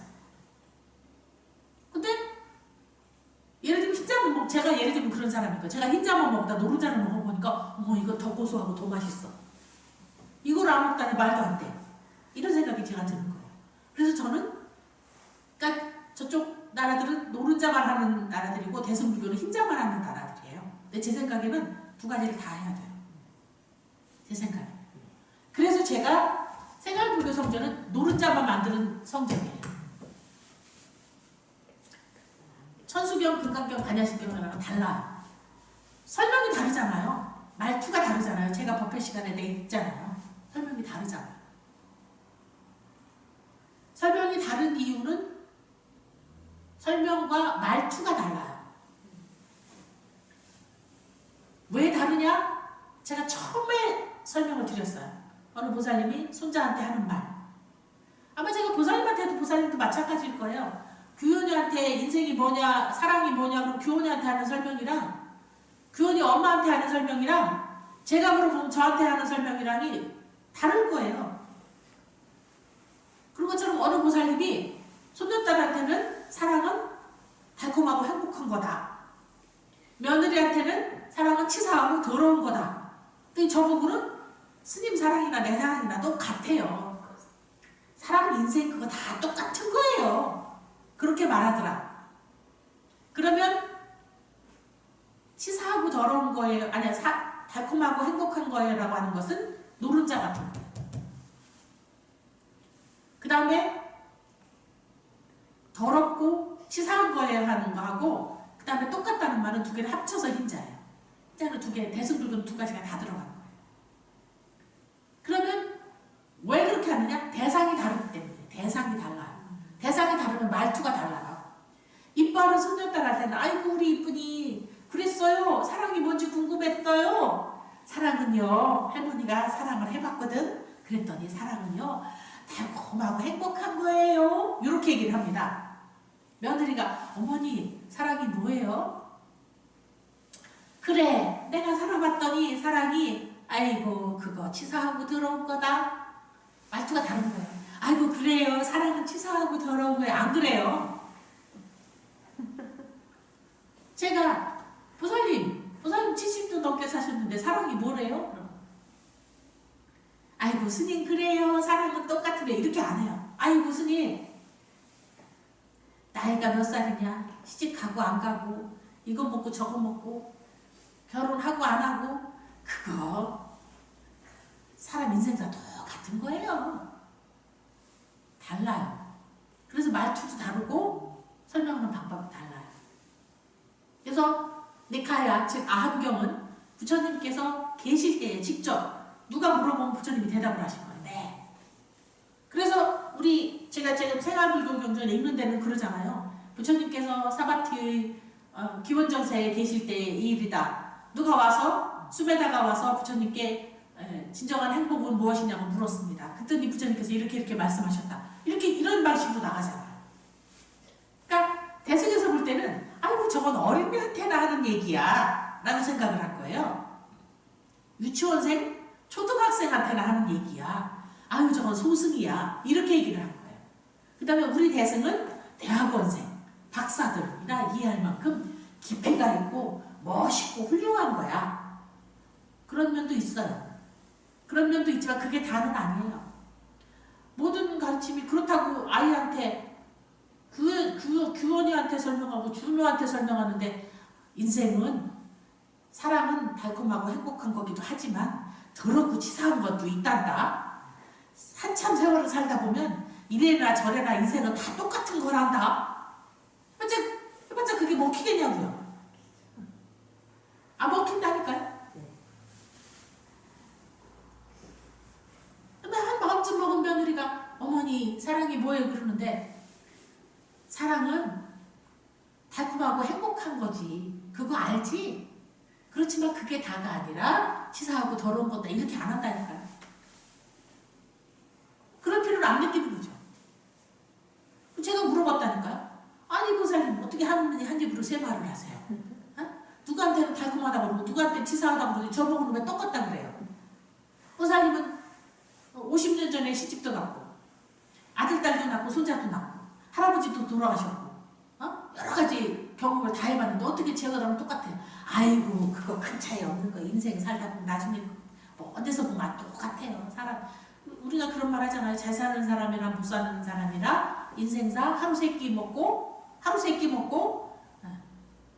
득다숙기 하고 득다숙고 배부르면 되는 거 똑같다 하는 거랑 70을 살아본 분이 결론이 그렇대요. 똑같대요. 내용이 많이 다르잖아요. 그런 것처럼 대승경전과 소승경전은 어쩔 수 없이 소승경전이라고 합니다. 처음에 부처님께서 설하신 경전, 우리는 아함경이라고 부르고 저쪽은 스스로를 니카야라고 불러요. 니카야의 가르침과 대승경전은 말투가 그렇게 달라요. 근데 그 말투가 내용은 정말 멋있는 깊이가 있는 것은 맞는데 나중에 이제 천수경까지는 덜한데 금강경에 가면 반야심경에 가면 진짜 말투가 어렵습니다. 금강경에 가면 그 말투가 금강경을 그냥 독송은 많이 하시죠. 하시는데 내용을 알고 보면 머리가 쥐가 나는 내용이에요. 뭔 말인지 어질어질해요. 말투가. 그건 이제 나중에 할 일이고요. 좀 어질어질하지만 제가 어지럽지 않게 설명을 드리겠습니다. 괜히 이제 나중에 아이고 그렇게 어지러운 걸 우리가 어떻게 공부하나 그러시면 안 돼요. 어지러운 것도 어지럽지 않게 잘 설명을 하는 제가 있으니까. 조금 밑으로 갑니다. 자, 이제 그림으로 그만 간단하게 설명을 하겠습니다. 자, 대승경전은 불설인가 아닌가? 자, 대승불교와 대승경전은 어떻게 생겨났을까? 언제 발생했을까? 누가 지었을까? 어디서 만들었을까? 옆에 답이 나오지요. 기원 전후로, 즉 뭐냐면 2000년 전쯤에 인도에서 발생했다는 것만 추측할 뿐이고요. 수많은 대승경전이 전해지지만 누가 썼는지 누가 편찬했는지는 알 수가 없습니다. 왜냐하면 그들이 자기의 이름을 내세우지 않았어요. 내세우지 않고 이것은 부처님 말씀이다 라고 했어요. 근데 경전은 본래 부처님이 쓰신 건 아니에요. 쓴 거는 다 사람들이 쓴 거예요. 왜? 결집을 사람들이 했잖아요. 아라한들이 했잖아요. 결집을. 부처님 열반하시고 결집은 아라한이 했어도 처음에 결집은 500 아라한이 한 게 나와요. 근데 대승경전은 누가 했다고도 안 나오고 그냥 부처님이 하셨다고 부처님 말씀이라고만 나옵니다. 그 다음에 기존의 전통 분파 승가에서는 뭐라고 하느냐? 대승에서 말하는 것은 부처님의 말씀이 아니다 라고 한다니까요. 그 부처님의 친설이 아니야. 우리가 하고 있는 것은 부처님 직접 입에서 나온 것을 들은 분들이 외워 내려온 거를 우리가 받아 적어 놓은 거야. 그러니까 이건 정말로 부처님 입에서 나온 거야. 대승불교도들은 이것이 진짜 부처님 말씀이다. 즉 뭐냐면 그런 거랑 비슷할 수도 있어요. 예를 들면 제가 우리 할머니 할아버지가 돈 많은 분이었다고 생각해요. 예를 들어봅니다. 제가 예를 들어요. 그래서 할머니 할아버지가 있었고 우리 엄마 아버지가 있었거든요. 제가 아주 부잣집이야. 그래가지고 막 돈도 많고 부잣집이 살다 보면 룰도 많죠. 가훈도 많아. 에? 이거 해라 저거 뭐 아껴야 산다 뭐 아끼는 방법 뭐 이렇게 해라 뭐 이런 것도 많아. 그래서 제가 나중에 내 후손한테 죽기 전에 유언을 해주죠. 유언을 합니다. 이렇게 해라. 근데 사실은 그 내용은 제 머리에서 나온 게 아니라 뭐예요? 위에서 전해들은 거예요. 위에서 전해들은 거예요. 그랬는데 내가 그런 얘기를 한참 하면서 이 얘기를 할머니 할아버지한테서 전해들은 거다. 그랬더니 옆에 있는 애가 뭐라고 하냐면 내 동생이 그러는 거예요. 아닌데 할머니 할아버지가 언니한테 그런 얘기 안 했는데 그거는 언니가 하는 말이지 언니 입에서 나온 거야. 그건 할머니 할아버지 얘기가 아니야. 이런 것처럼 대승불교도들은 내가 얘기를 하면서 이건 부처님 말씀이야 한 거예요. 예를 들면 내가 재산을 물려받으니까 유언을 하면서 내가 이건 내 얘기가 아니라 우리 대대로 우리 할머니 할아버지가 한 얘기를 내가 기억한 거거든. 그래서 내가 지금 얘기해 주는 거거든. 그랬더니 아니야. 그거는 할머니 얘기가 아니라 네 얘기야. 이러는 것처럼 대승불교도들은 서가모니 부처님이 하셨던 그 말이 아니라 지금 우리가 쓴 게 이게 진짜 부처님 말씀이야 라고 하는 거예요. 왜냐? 우리가 썼지만 내 입에서 나온 거나 내 생각에서 나온 게 아니라 내가 물려받은 거야. 내 머릿속에 부처님이 와서 가르쳐 주신 거야. 부처님이 전해 주신 거야. 예를 들면 꿈에서 가르쳐 주셨거나 부처님이 우리한테 들려주신 이야기를 그냥 우리가 썼을 뿐이야 라고 하는 거예요. 그래서 서로 입장이 다른 거예요. 그래서 아주 다를 때는 지금은 우리가 서로 존중하는 편이에요. 지금 이제 왜냐면 많이 이제 교류가 있고 하니까 서로 이해가 돼서 이런 게 많이 돼서 교류를 하는데 50년 전만 해도 몇몇 스님이 아주 드물게 한2 스님이 남방불교 가서 수행을 하고 온 분들이 있었어요. 소승불교라고 여기서 인정을 안 했어요. 그런가 하면 우리나라 스님들이 30년 전만 해도 미얀마 같은 데 가면 우리가 승납이라고 그러잖아요. 스님 됐는지 몇 년이에 따라서 자리를 취급해줘요. 한국 스님 30년은 거기 스님 1년도 안 쳐줘요. 안 쳐줘. 그러니까 한국 불교를 안 쳐준 거죠. 그 무슨 소리야? 대승불교를 안 쳐준 거예요. 니네는 부처님 진짜 부처님 가르치면 안 하고 맨 니네끼리 하는 것만 하잖아. 니네는 암경 안 하잖아. 니네는 맨날 바다신경 건강 공부만 하잖아. 그러니까 저 밑으로 가라. 이렇게 할 만큼 서로 업스이 여겼어요. 서로 업스이 여겨. 그러니까 이쪽에서 뭐냐, 니네는 소승이잖아. 그러니까 예를 들면 큰 배 탄 사람이 뭐냐면 니네는 맨날 쪽배만 타는 애잖아. 저 혼자만 가겠다는 그런 애잖아. 이쪽에서는 그래. 그래도 쪽배라도 입에는 부처님 배야. 부처님이 가르쳐 주신 거고 내가 저기 부처님이 가르쳐 주신 대로 가면 되거든. 근데 니네는 언제 그 배표를 장만해가지고 언제 배가 떠날 건데 그거 알아? 기약 있어? 그렇게 얘기하는 거예요. 그런 것처럼 서로 인정을 안 했어요. 그래서 이쪽에서는 소승이야 이렇게 하고 저쪽에서는 제가 조금 친하니까 내놓고 싸울 때 싸움가 됐는데 논쟁이 할 때 그래요. 대승은 소설이잖아. 이래요. 소설이잖아.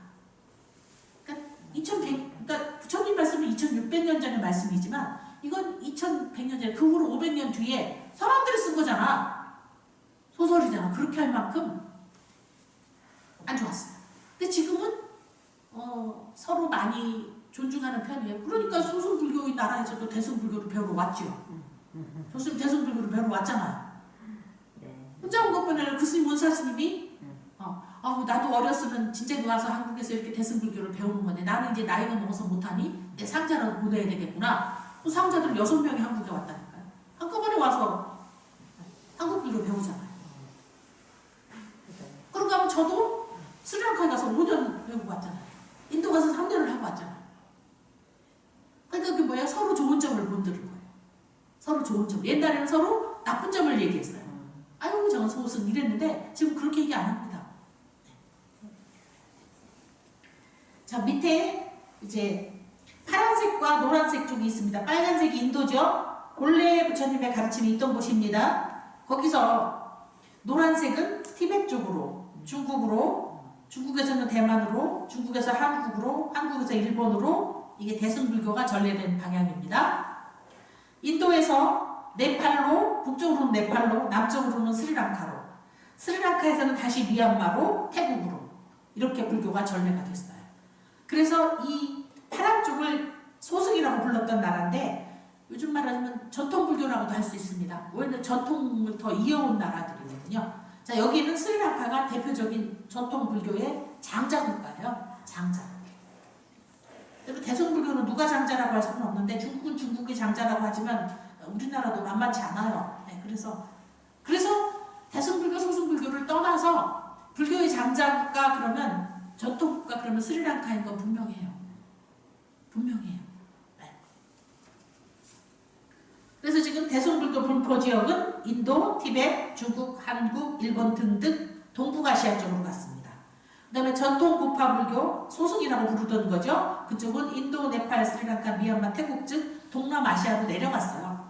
그래서 그냥 요즘은 대승, 소승이라고 안 하고 아래로 내려가서 남방불교, 북쪽으로 와서 북방불교 이렇게도 많이 얘기합니다. 저는 편하게 남방불교, 북방불교 그렇게 얘기해요. 시간을 조금 지금 휴식 시간을 안 갖고 통강을 하고 있는데 괜찮으신가요? 괜찮으세요? 그럼 마저 하나만 더 하겠습니다. 대승불교의 기원이 지금 2, 3까지 해서 굉장히 많이 있어요. 이거는 제가 볼 때는 안 해도 돼요. 이건 안 하겠습니다. 대승불교의 기원은 잘 읽어보셔도 되고 이 내용은 정말로 불교를 정식으로 학문적으로 공부하는 분들이 필요하지 지금 그렇지 않은 분들한테는 몰라도 될 것 같아서 이 부분은 제가 생략하고 넘어가겠습니다. 넘어가고 153페이지 대승불교도와 계율로 가겠습니다.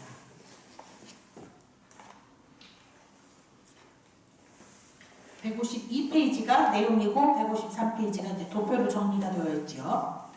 자, 대승불교는 출가, 재가를 막론하고 대승불교도가 지켜야 할 행동규범인 대승계 혹은 보살계라고 있습니다. 저는 아직 제가 이제 우리나라는 대승불교가 맞지만 제가 지금 불교 성전도 이런 소승불교 이 성전 암경을 하는 것처럼 제가 대승불교 보살계를 별로 강조하는 형이 아니에요. 그래서 제가 우리는 아직 대승불교계를 안 했어요. 이거는 보살계는 좀 설명이 나옵니다. 자, 대승계는 대승불교의 성과 더불어 시작이 되며 보살계는 약간 후대에 확립된 개념입니다.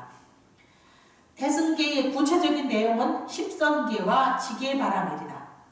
먼저 십선계란 신구의 삼업의 관점에서 제시한 것으로 10가지 선한 계율입니다. 몸에 관한 것으로는 불살생, 살생을 안 한다. 자, 불투도, 도둑질하지 말 것. 불사음, 삿된 음행을 하지 말 것.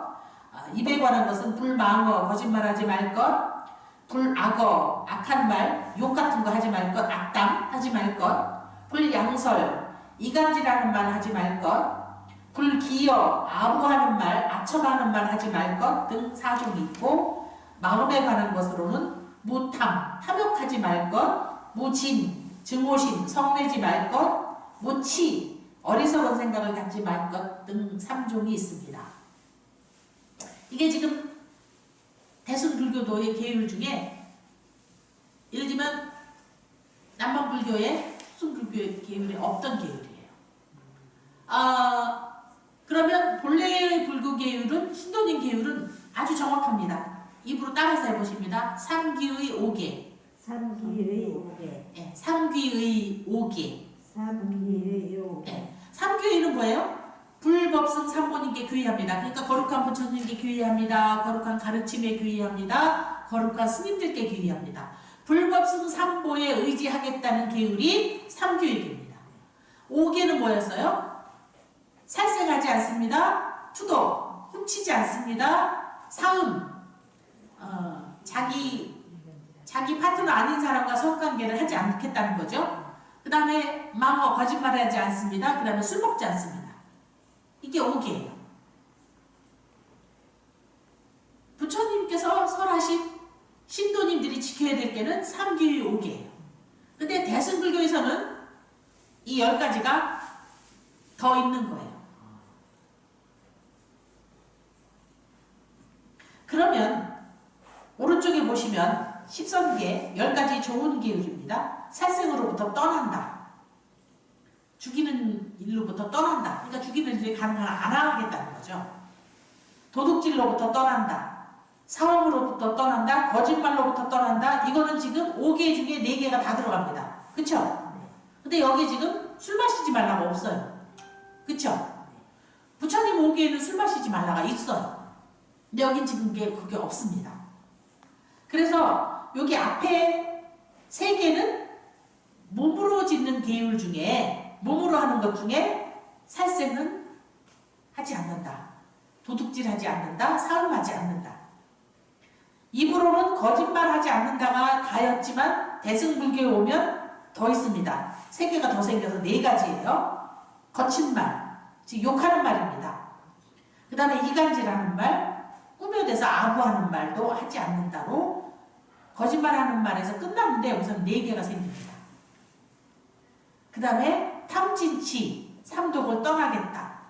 이건 마음으로 짓는 계예요. 마음의 계.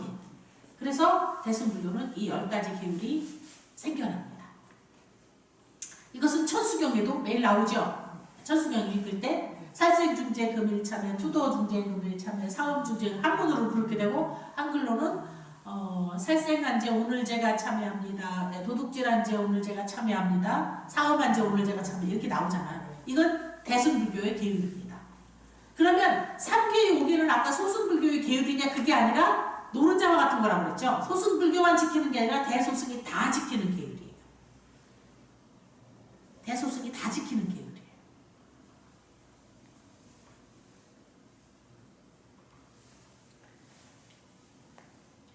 그 다음에 옆에 지금 159페이지 이런저런 설명이 나오는데 설명이 조금 어려워요. 설명이 어려운 게 아니라 내용이 어려우니까 설명이 어렵습니다. 근데 여기는 조금 안 가도 될 것 같아요. 그래서 마저 그 밑에 보살계라고 나오죠. 153페이지. 예. 지금 10선계 중에서 마음으로 하는 거는 욕심 부리는 마음, 성내는 마음, 올바른 견해, 어리석은 마음으로 떠난다는데 그럼 어리석은 마음을 떠나서 올바른 견해를 지니는 건데 올바른 견해가 뭐냐? 올바른 견해가 뭐냐? 인과응보나 연기도리를 아는 게, 그리고 불법성 삼보를 믿는 것이 바로 올바른 견해.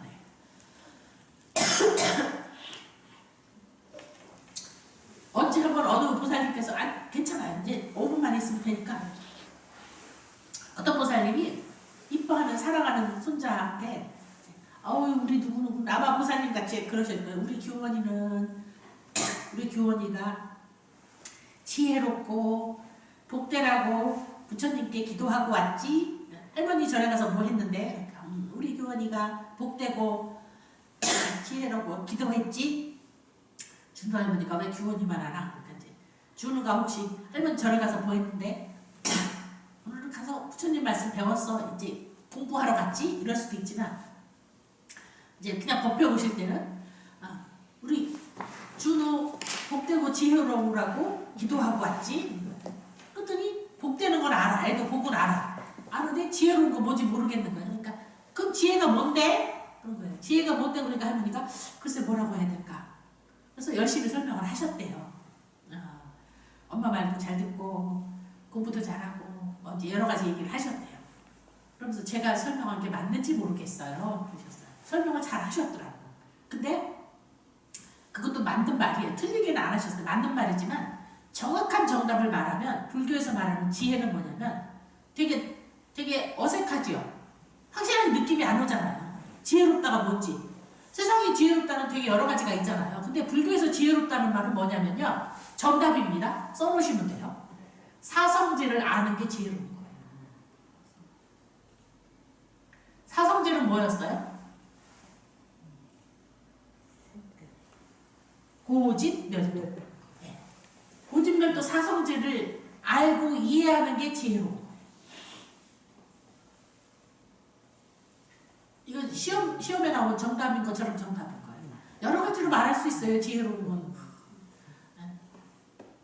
그래서 그런 것도 답이 될 수도 있지만 진짜 정답은 이거예요. 부처님께서 말씀하신 정답은 이거예요. 지혜롭다는 것은 사성제를 아는 겁니다. 고집멸도를 아는 게, 이해하는 거. 그냥 머릿속으로 줄줄줄 해서 정답을 아는 게 아니라 사성제가 인생이 고라는 걸 아는 거, 그 원인을 아는 거, 이해하는 거, 그리고 그것을 없애서 열반에 갈 수 있다고 믿는 거. 그렇게 열반에 가는 거는 육바람의 8정도를 닦아야 된다는 걸 알고 수행하는 거. 이게 사성제예요. 그래서 사성제를 아는 게 지혜로운 거예요. 그 밑으로 가서 보살계는 삼취정계라고 해서 3개의 정계가 있는데 되게 어려운 말입니다. 그냥 오늘 인연으로 한번 읽어만 보십니다. 눈에만 익혀놓습니다. 아니야, 눈에는 익히 그런가? 외우진 않아도 되지만 입으로도 익히게 한 번만 따라서 해보십니다. 석중생계. 빨간색 있죠? 3가지. 네, 석중생계. 석중생계. 네, 이건 뭐냐면 중생을 이롭게 하는 계. 그 다음에 석선법계. 석선법계. 네, 선을 행하는 것. 그 다음에 석유의계. 석유의계. 자신의 몸과 마음을 돌아보고 허물이 없는 상태를 유지하는 것. 이런 의미로 보살계는 따로 있어요. 네. 그래서 자세한 항목은 보살계를 받으면 그때 내용이 나옵니다. 48개인가? 딱 나옵니다. 이건 보살계는 제가 우리 절에서는 3개, 5개는 가끔 매해는 아닌데 한 2년마다 한 번씩 여기서 수계식을 했어요. 3교의 5개는 제가 수계식을 할 수 있어요. 근데 보살계는 제가 수계를 계를 드릴 수 없어요. 그래서 제가 수계식은 따로 안 합니다. 근데 그래서 보살계 같은 경우에는 본사급에서 한 번씩 하면 거기 참여를 해야 돼요. 그래서 우리 절은 본사가 따지면 저의 본사는 수덕사니까 수덕사에서 보살계를 할 때 우리가 같이 참여를 해서 계를 받을 수는 있어요. 근데 저는 보살계가 아니어도 저는 3교의 5교로도 충분하다고 생각하는 사람이에요. 그래서 다른 보살계를 받으도록 권하지도 않고 보살계를 받으러 가자고도 여러분께 해본 적이 없어요. 제가 10년이 됐는데도 아직 안 해봤어요. 그리고 앞으로도 꼭 할 생각은 아직은 없어요. 제가 없는데 그 이유가 꼭 그 이유는 아닌데 제가 한번 이제 보살 얘기를 했더니 저 스님 문사 스님하고 저 아주 친한 도반 스님이라고 그랬잖아요. 그러니까 이제 서로 좋은 점을 보고 이해를 하지만 막상 대승과 이렇게 붙을 때는 서로 우리 게 더 좋다고 붙어야 한 것이. 근데 뭔 얘기를 하다 그랬냐면 거기는 3개의 5개만 있지 대승계는 없잖아요. 제가 그랬어요. 근데 3개의 5개로 모자라요? 3개의 5개가 모자라서요? 그런 거예요. 3개의 5개만 잘 지켜도 불자로서 충분하다는 거예요. 3개의 5개가 모자라서 따로 대승계를 받아야 되느냐 이 얘기예요. 그러더라고요. 그러니까 저는 사실은 그 얘기를 듣고 그렇다고 생각해요. 저는 3개의 5개로도 불자로서 충분하다고 생각해요. 그래서 따로 제가 대승 보살계를 받으시라고 권한 적은 없지만 이런 게 있습니다. 특히 우리나라에서는 절마다 지금 대승 보살계 수계식 이래갖고 많이 참석합니다. 그 다음에 이제 대승보살계의 수행인데 이 부분도 왼쪽은 그냥 읽어보시고 오른쪽에 조금 편하게 나와 있는 도표만 보겠습니다. 이거 도표도 아니고 사파죠. 거의 그림이죠. 예쁘게 되어 있죠.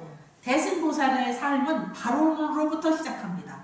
발언이 뭐냐면 이겁니다. 내 언젠가는 반드시 뭐뭐 하리라 이런 말이에요. 발원이라는 말이 소원을 세우는 거예요.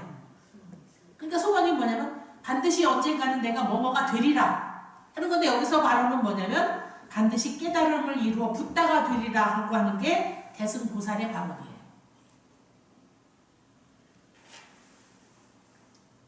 예를 들면 세상에 연예인이 되면 가수가 되면 내가 언젠가 반드시 탑10 인기 가수가 되리라 뭐 이렇게 하는 것처럼 그 다음에 뭐 배우를 하면 내가 언젠가 대종상 주연상을 타리라 이렇게 발언을 하는 것처럼 불자의 발언은 특히 대승불자의 발언은 뭐냐면 언젠가는 반드시 깨달음을 이루어서 붓다가 되리라고 하는 게 대승불자의 발언입니다.